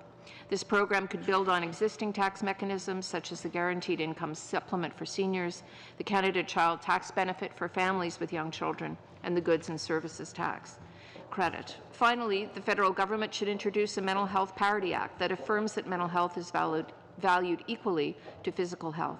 A Mental Health Parity Act will help ensure that communities and workplaces, through their policies, programs, and benefits, attend equally to mental and physical health. Canada cannot afford to continue its current path of inaccessible mental health services and supports. The costs of mental illness to the economy and the workplace are massive. 500,000 Canadians in any given week are unable to work due to mental illness. The private sector spends between $180 and $300 billion on short-term disability for mental illness and $135 billion for long-term disability. In 2011, the economic cost of mental health problems was measured at $51 billion. CAMI urges all levels of government to heed the recommendations of the mental health community and make mental health change happen. Our recommendations are explained in greater detail in our formal submission. We thank you for your time today and look forward to any questions. Thank you, and to all the witnesses, your earlier submissions are certainly a part of the consultations. Turning to the Canadian Cardiovascular Society, Ms. Kells, President. Welcome. Thank you. My name is Dr. Catherine Kells. I'm a practicing interventional cardiologist in Halifax, Nova Scotia, and I'm president of the Canadian Cardiovascular Society. On behalf of the more than 2,000 cardiovascular physicians, surgeons, and scientists across the country, I want to thank the committee for inviting me to present this important health innovation project that can improve patient care and more effective use of healthcare dollars. As an interventional cardiologist, I'm actually the doctor that you will meet in the middle of the night if you come in with a heart attack. Despite the incredible advances that we have made in cardiovascular care, heart disease remains one of the top 2 leading causes of death in Canada, and 20% of all Canadians will die of heart disease. I spend most of my days and every night on call working to save the lives of mothers, fathers, husbands, co-workers, and friends. I am extremely well trained in the Canadian system. I keep up with all the latest literature and techniques. However, unbelievably, when the patient asks me what their risk of death or complications might be when I'm about to put a stent in their artery, I can't answer them. I cannot reassure my patient by telling them my own success rate, my complication rate, their long-term risk of death or recurrence. I cannot compare our results in Nova Scotia to other provinces, and if my patient asks, should they go to Toronto to have heart surgery because it's the biggest center, I cannot honestly tell them how we compare because I don't know. In Canada, unlike many other countries, we do not have a pan-Canadian unbiased reporting system that reports the outcomes of our interventions and therapies in cardiovascular disease. In fact, in the 2013 OECD report, Canada ranked 10 out of 11 countries for quality. But there are provinces and some institutions that do report outcome data, And from those reports, we actually know that the quality of cardiac care does vary substantially depending upon where you or your loved one receive treatment. So Canada's inability to measure outcomes on a national scale is a critical health issue, but also an economic issue. The price tag of cardiovascular care is currently $20 billion annually and is predicted to reach $28.3 billion by 2020 as our population ages. Yet we don't measure the outcomes to ensure we're getting value for the dollars invested. So we, the professionals who take care of the patients in the cardiovascular community, we want to improve cardiovascular care across the country. But as said by my friend and colleague, we cannot manage what we do not measure. So that's why the CCS is making one strong recommendation to the Government of Canada to invest in Budget 2018 in a pan-Canadian initiative using real-world data to inform and improve the delivery of cardiac care across Canada. Not only is the recommendation critical, but it's highly achievable. So while Canada may be information poor when it comes to national cardiovascular outcomes and comparative data, it's actually data rich. Much of the real-world data already exists in databases and electronic medical records spread in silos throughout the country. But it's not enough to measure the quality of care within a single province or a hospital alone. This Canada-wide problem needs a Canada-wide solution. Some provinces, including Nova Scotia, where I work, have only a single cardiac center. Without the ability to compare hospital performance across the country, we cannot identify system-wide gaps and share best practices to benefit the health of all Canadians. By linking, analyzing, and providing data back to the doctors and healthcare providers on a continuous basis, we can achieve enhanced care for patients and more effective use of our healthcare dollars. The recommendation I'm bringing to you today, by comparison to others, is a bite-sized innovation. For $2.5 million per year, the cardiovascular specialists across Canada believe they can transform the quality of cardiovascular care. We're asking for a 5-year commitment of funding to scale up our initiative and demonstrate its value. Our initiative is physician and surgeon-led, bottom-up, and the community is highly engaged. We're working collaboratively with partners, including the provincial registries and CIHI, so we don't duplicate their work. By bringing together data silos, connecting health professionals to the data they need to read, to see, and translating that evidence into actions, we will enable Canadians to live longer and healthier lives, experience increased productivity in their workplace and community, and contribute to our country's economy. No funding mechanism currently exists within Canada to make this project sustainable, and that's why I'm here today. Budget 2018 can send a clear signal that the federal government is committed to improving the quality of cardiovascular care for all Canadians. Thank you for the opportunity, and I look forward to questions later. Thank you very much, Dr. Kells. Canadian Consortium for Research, Ms. Vota Bleeker, Chair. Hi. Good afternoon, Mr. Chair and committee members. I'm Dr. Lisa Vota Bleeker, and I'm the Deputy CEO of the Canadian Psychological Association, and I'm here to present today as the Chair of the Canadian Consortium for Research, or the CCR. With 20 member organizations, the CCR is a national coalition which represents more than 50,000 researchers and 650,000 students. We are the largest advocacy coalition in Canada focusing on research funding in all science disciplines and support for post-secondary education. Thank you for the invitation to present to you. Science, social, natural, and health is a fundamental part of Canada, having relevance to societal well-being, human functioning, health, technology, innovation, productivity, and the economy. Its relevance can be measured at the individual, business, and community levels. As such, it is critical to develop, promote, and support a culture that values discovery and innovation. Achieving this requires continued and sustained investments in funding for research, students, infrastructure, and career development. The CCR commends the government on its commission of the review of fundamental science. The report of the prestigious panel chaired by Dr. Naylor was the most comprehensive review of federal support for fundamental science in 40 years.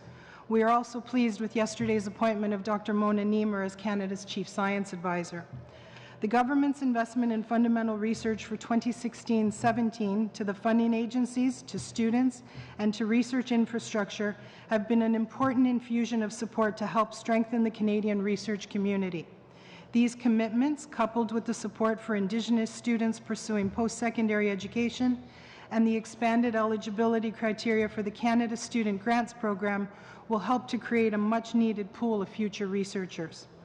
The Fundamental Science Report offers a comprehensive plan to both change and improve Canada's research ecosystem and restore the position of Canadians as research leaders on the international stage. Consistent with the CCR's recommendations to the panel, the first priority is to increase funding for independent investigator-led research. To this end, cumulative increases to the base funding of the federal research granting councils from the current $3.5 billion to $4.8 billion by 2022 should be phased in over 4 years. Enhanced personnel support for researchers and trainees at different career stages should be established, with a total base increase of $140 million per year, phased in over 4 years in equal increments of $35 million per year.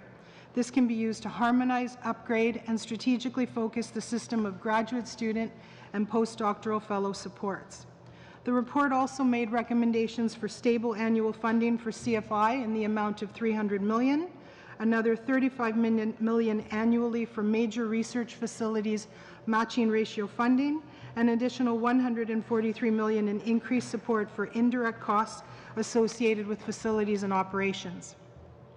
The CCR supports efforts to improve coordination and harmonization, promote collaboration, and share best practices among the 4 granting councils, CIHR, SSHRC, NSERC, and CFI. Balance across all research disciplines, including the social science and humanities, health, and natural sciences, as a foundational principle for funding is essential to a healthy research ecosystem.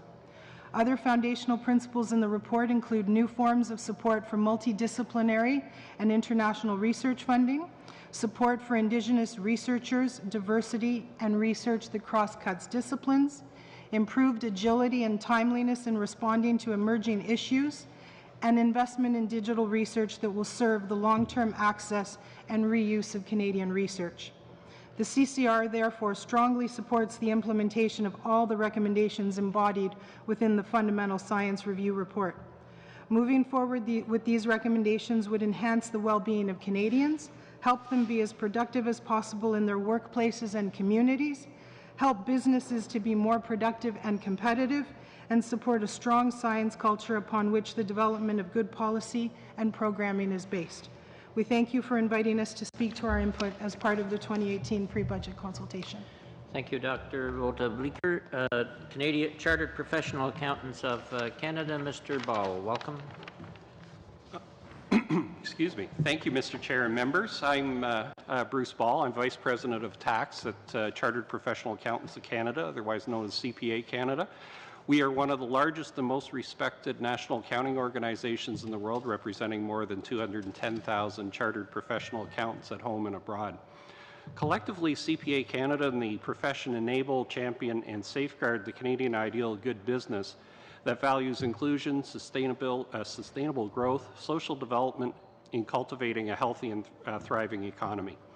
At CPA Canada, we're committed to acting in the public interest, contributing to Canada's economic and social development, and helping Canadians, businesses, and the economy to succeed and prosper over the long term. So permit me to highlight some of our priorities and recommendations for the next federal budget, which were summarized in our pre-budget submission. These being responsible fiscal management, which needs to include a clear fiscal path to balancing the budget over the medium term. An efficient regulatory environment for business. At CPA Canada, we believe in regulatory excellence that makes it easier for businesses to comply and facilitates trade and enhances job creation and growth opportunities. A national adaptation plan that will encompasses and coordinates all the aspects of adaptation in Canada to the changing environment, changing climate conditions. As a tax professional, though, I wanted to focus on one of our central recommendations, and that's the need for tax reform. CPA Canada has long called for a top-to-bottom review of Canada's tax system. Many other organizations, national organizations, leading think tanks, economists, and academics have joined the chorus as well. And for the last 4 years, this committee has recommended that the income tax system be simplified and a national consultation process should be launched. According to CPA Canada's recent Business Monitor survey, more than 7 of 10 business leaders in Canada agree that such a review is required. With the government's proposed changes to the tax planning involving private companies, the call for a comprehensive tax review is growing even louder and more urgent. And I did hear the comments from before in terms of a discussion about the private company consultation. But the thing I've heard, and this is I think what's driving it for us, is we've heard at many business meetings and professional organization meetings the call for tax reform just being raised more and more. There's also a significant disconnect in what the government is saying about these proposals and what Canadian experts, a number of stakeholders, and our members are saying as well. CPA Canada fully supports the government's commitment to a fair tax system that is internationally competitive, supports economic growth, and ensures that everyone pays their share of tax so all Canadians prosper. This is in the public interest. However, in many respects, the current proposals run counter to the basic principles of sound tax policy, in our view. Concepts such as fairness, simplicity, competitiveness, efficiency, certainty, appropriately targeted tax measures, and being consultative. We therefore believe that these proposals are not in the public interest.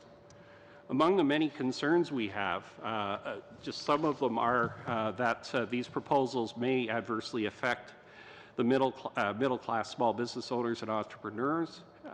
They will create barriers to business investment, innovation, and entrepreneurship and job creation, harming Canadian competitiveness overall. A significant concern is the complexity and uncertainty that we believe they'll add to the tax system as well.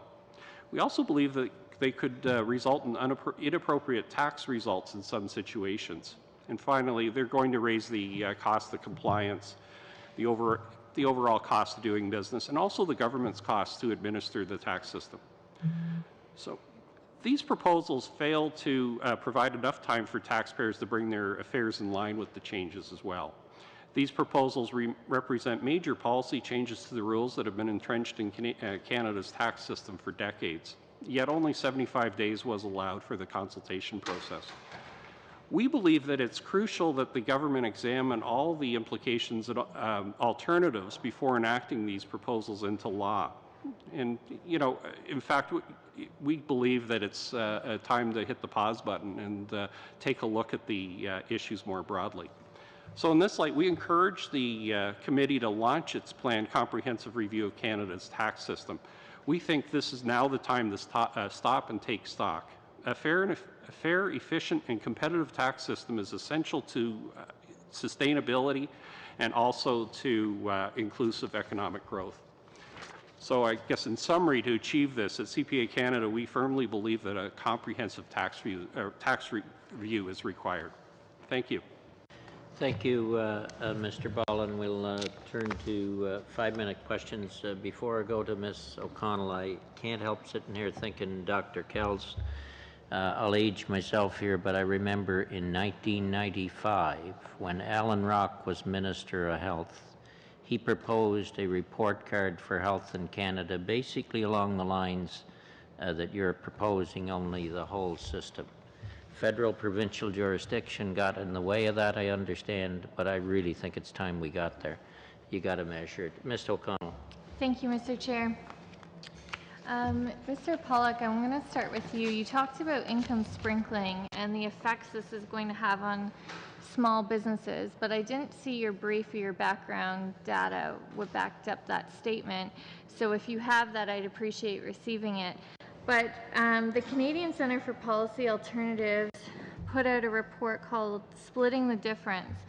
And in it they say, by far the biggest winners are Canada's top 10% of families by income, who have access to nearly 2/3 of the total tax benefit from the current loophole.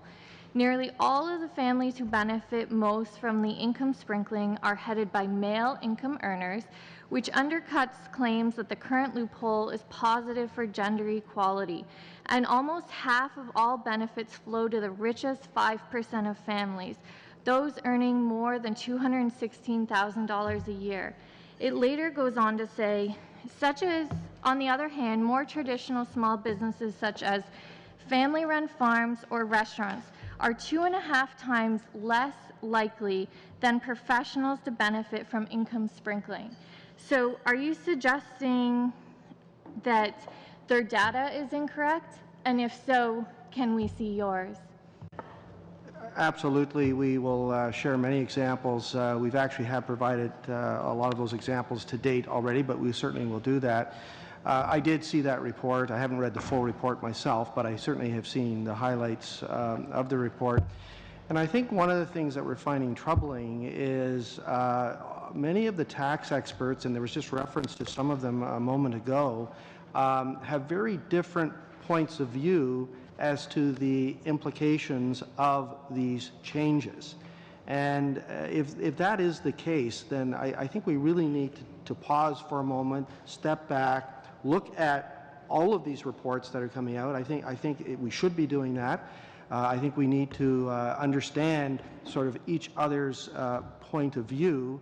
And then when we do that and understand that, then I think we'll be in a position to move forward. But certainly many of the tax experts that we're relying on, and they are CPAs at the end of the day, most of them, they're very clear that there are many examples of private businesses where the owner of that business, and I'm thinking of a particular case right now where the owner is a woman, not a man, but you know. Right, but in fairness, I'm asking for not antidotes, I'm asking for data, and that's what this report, I know business owners that are women too, but what I'm talking about here is it said the vast majority of small business, of income sprinklings are headed by male income owners.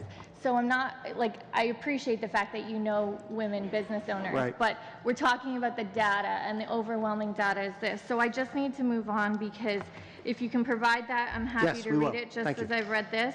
And Mr. Ball, I just want to talk about, you talked about the stagnation of the economy. And so in the same report that I'm referring to, it says that basically 0.3% of all Canadian families are likely to see more than $1,000 in tax savings from income sprinkling. But that this one loophole costs the federal government approximately $280 million and $110 million to the provinces. What do you say, sitting on the same panel where there's a request for $100 million for a 5-year innovation fund for mental illness and mental health, when you see that this one loophole affecting 0.3% of all Canadians could more than pay for the type of innovation in mental health and mental resources, and the drain on the economy, I think, was said $51 billion cost to the economy for mental health and mental illness. Do you not think adding tax fairness and redistributing this type of money back into the federal coffers could actually pay for things that save $51 billion to our economy? Well, there were a number of things there. The one thing I do want to highlight, though, is just to make it clear that we're not talking about just the wealthy. I guess when we're concerned about the proposed changes, because I'd have to agree that we believe that it applies across the income spectrums. So I think higher net worth families are benefiting from it for sure, but there's also families that aren't and that have been using income sprinkling as well. So, but taking a step back from that, I think. Sorry, my question was: is it worth the cost when we aren't able to pay for that when it affects so few people? Sure. And that's where your question will end. Yeah, and I'll sum up really quickly. What we're calling for is a comprehensive review of the tax system. So part of that would be looking at the fairness in terms of taxpayers, and also trying to make sure that the tax system is as simple as possible. So that'd be our answer to that. So we believe it's to take a look at the tax system overall and make sure it is producing fairness. Okay, that ends that question. the bells are ringing, and usually we agree to, because we're close to the chamber, to continue. Is there unanimous consent to continue till about 10 to 6? Agreed? Agreed.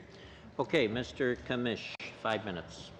So thank you all for coming in. I'm going to start with Mr. Ball, then I'll continue to Mr. Pollock. But I have the letter, Coalition for Small Business Tax Fairness, in it. And we're talking about data, so I'm just going to continue on that point. In the letter, these coalition, and I know it includes now over 70 national organizations, both business and professional associations.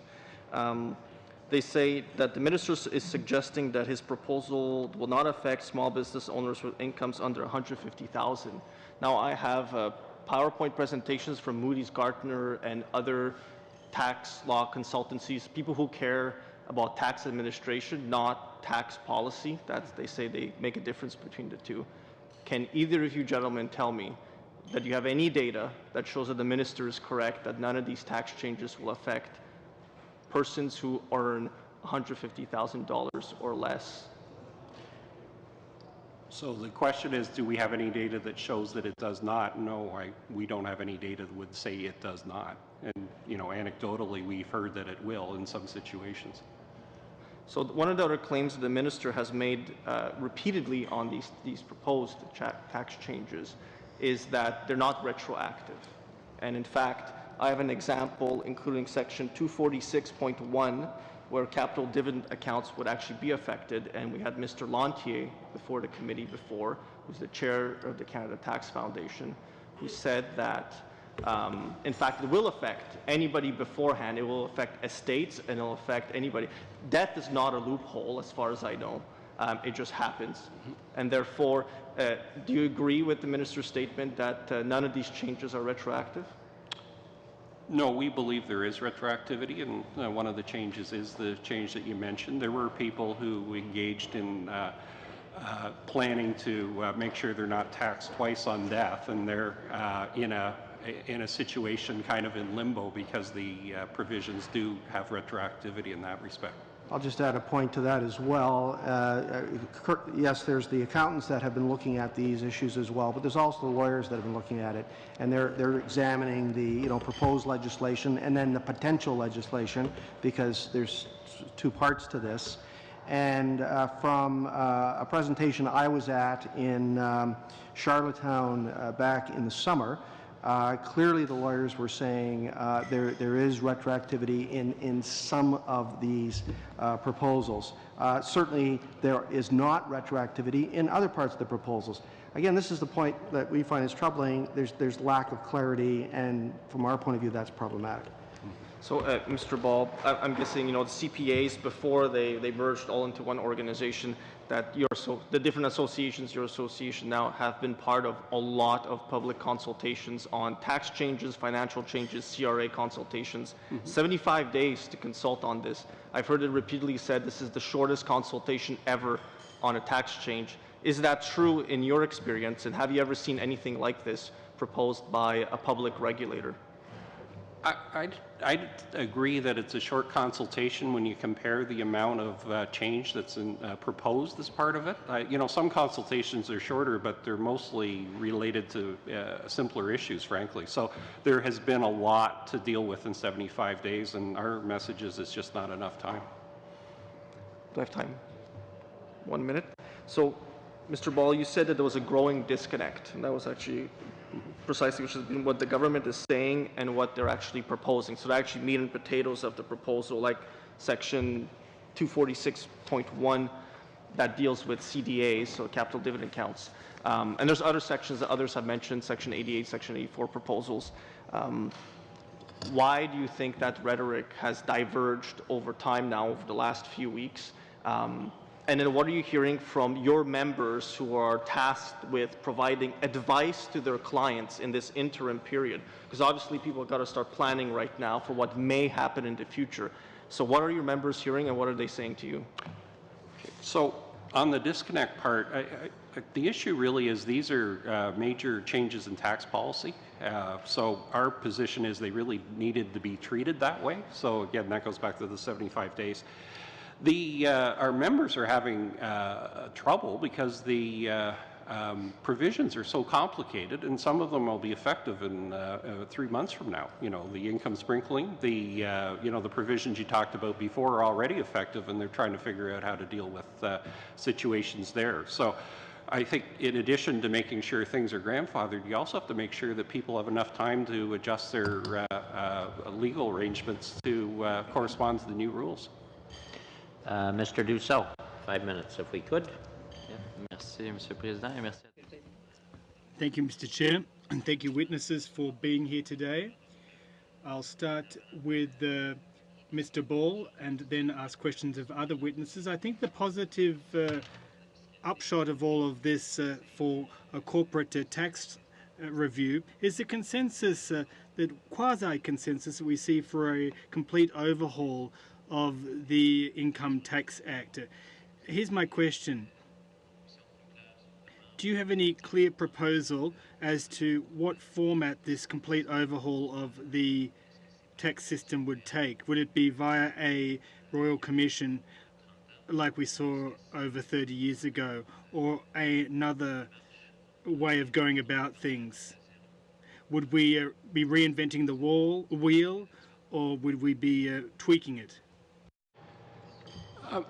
You know, in my view, our primary interest is to just make sure that there's a thoughtful process. So whether it's a Royal Commission, you know, a number of years ago there was an international tax panel that reviewed the international rules. I don't think we're that as fussed about how it's done as long as it's a thoughtful and comprehensive review. And I think going in, you can't say if it's going to be a tweak or a major overhaul, because I think part of the exercise is to see what's working and what isn't, and determine how much work there is to do. That's sort of the first step of a review. So I think, you know, we need to go into it with an open mind and see what we need to do. Merci. Sinon, sur... Thank you. Research now. I heard you, Madam Vota-Bleeker, talk about the indirect upshots of research, and I'd be interested to hear about the indirect upshots of it that are not reimbursed or compensated for. Has that issue been addressed? And what do you propose for the indirect costs tied to research as a solution?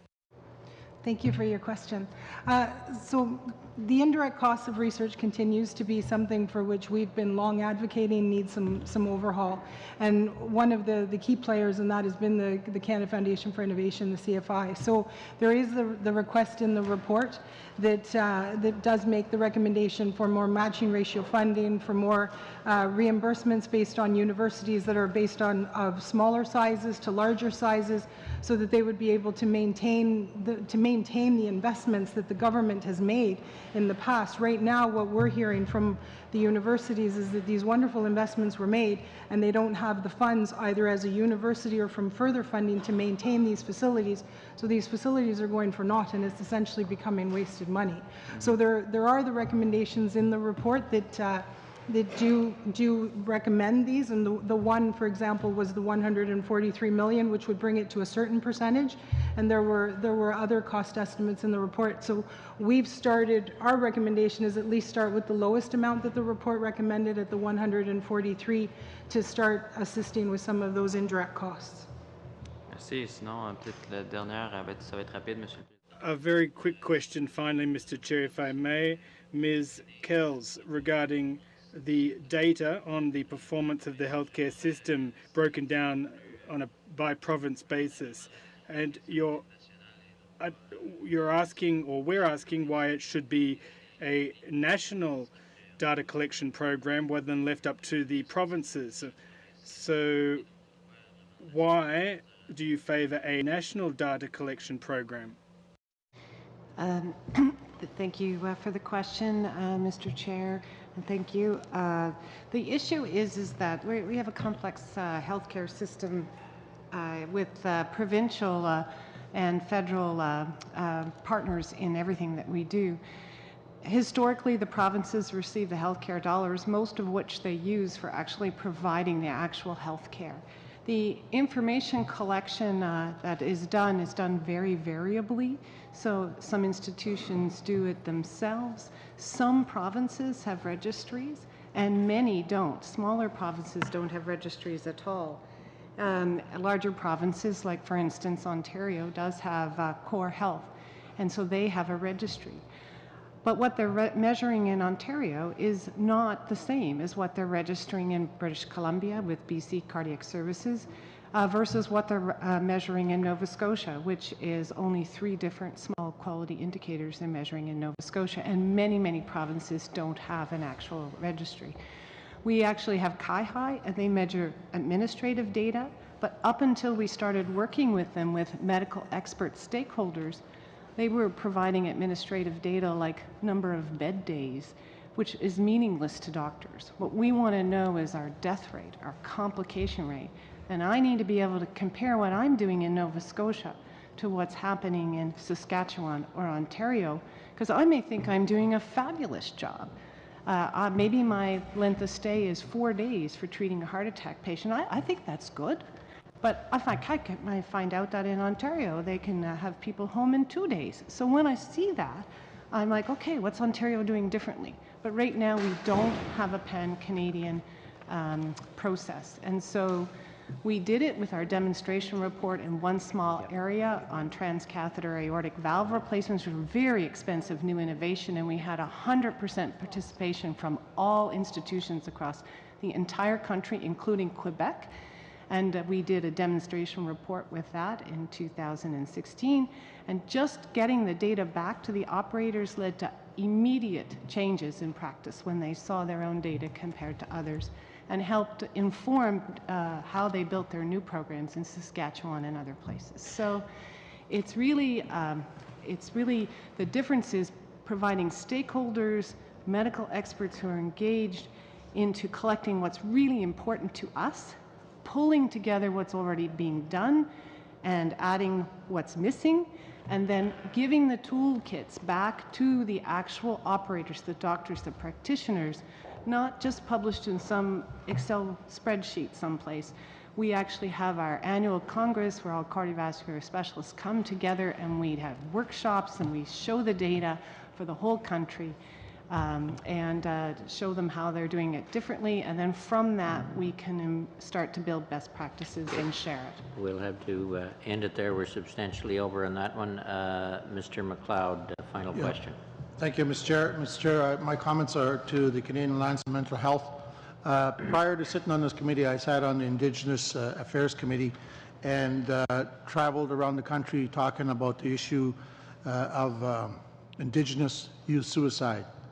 And many issues contributed to the level of despair in our communities: poverty, sexual abuse, housing, addictions, isolation, cultural disconnect.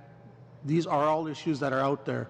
So I really want to say thank you to your organization for raising this issue. And I know our government has invested quite a bit in mental health, and so I applaud them also.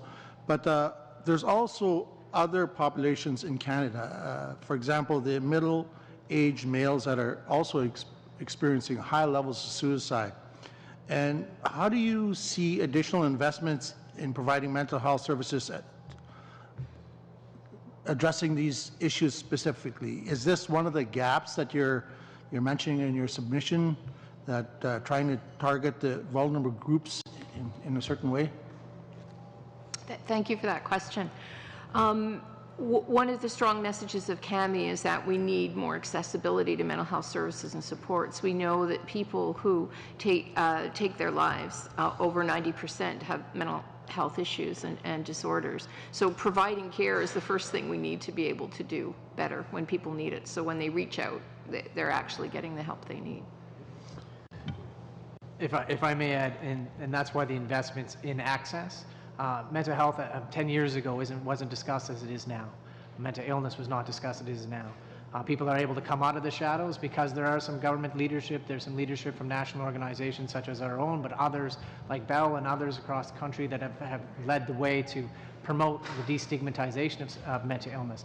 But as the destigmatization happens, as you know in your communities, when people come forward and they cannot access, that's when the suicide issues arise even greater.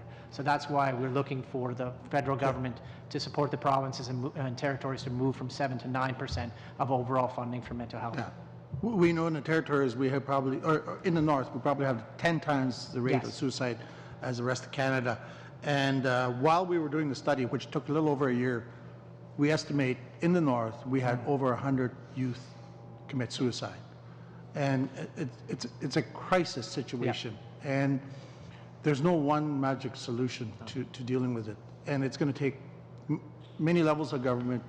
It's going to take a focus on the healthy people and in healthy communities, and responsibilities are intertwined and it's complicated.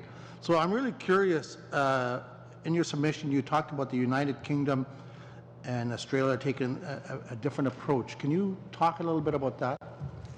One of the, I guess, main differences when it comes to the United Kingdom and Australia is that delivery care is under federal authority. So making change happen is a little more nimble, can be a little bit more nimble than in Canada, where care is delivered by jurisdiction.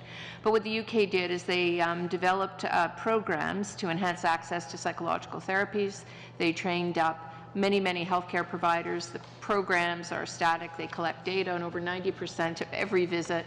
The programs are evaluated. Often the psychologists take the role in terms of evaluation, but the delivery is by a range of health providers who work within these facilities. And they've been able to make a huge difference. Tens of thousands of people have gone off disability payments. Recovery rates are about 60%. Living without symptoms in recovery. And what Australia's done, conversely, is more of a fee-for-service model. They have a program called Enhancing Access to family doctors, psychiatrists, and psychologists, and some other specially trained providers as well. And they will fund up to, it was 6 sessions renewable 3 times, but that may have changed, of services on the referral of a family physician for mental health care. We will have to go to just to remind members, because there is some changes in location. At 8:30 till 11:30 tomorrow morning, 415 Wellington. It won't be this room, it's 415 Wellington on tax planning. The minister will be there from 11:30 till 12:30, same issue, and 3:30 to 6:30 here on pre-budget consultations in this room, in case people haven't changed their agendas. With that, I want to thank each and every one of the witnesses for their presentations. Sorry, we're a little shorter on time, but that's due to the votes down the way. So thank you for those that came to Ottawa. Thank you for your earlier submissions that came in prior to August, and thank you for your response today. And I might say as well, there is pizza at the back of the room, so don't let it go to waste. I know members have to run. So meeting adjourned. Thank you. Tomorrow.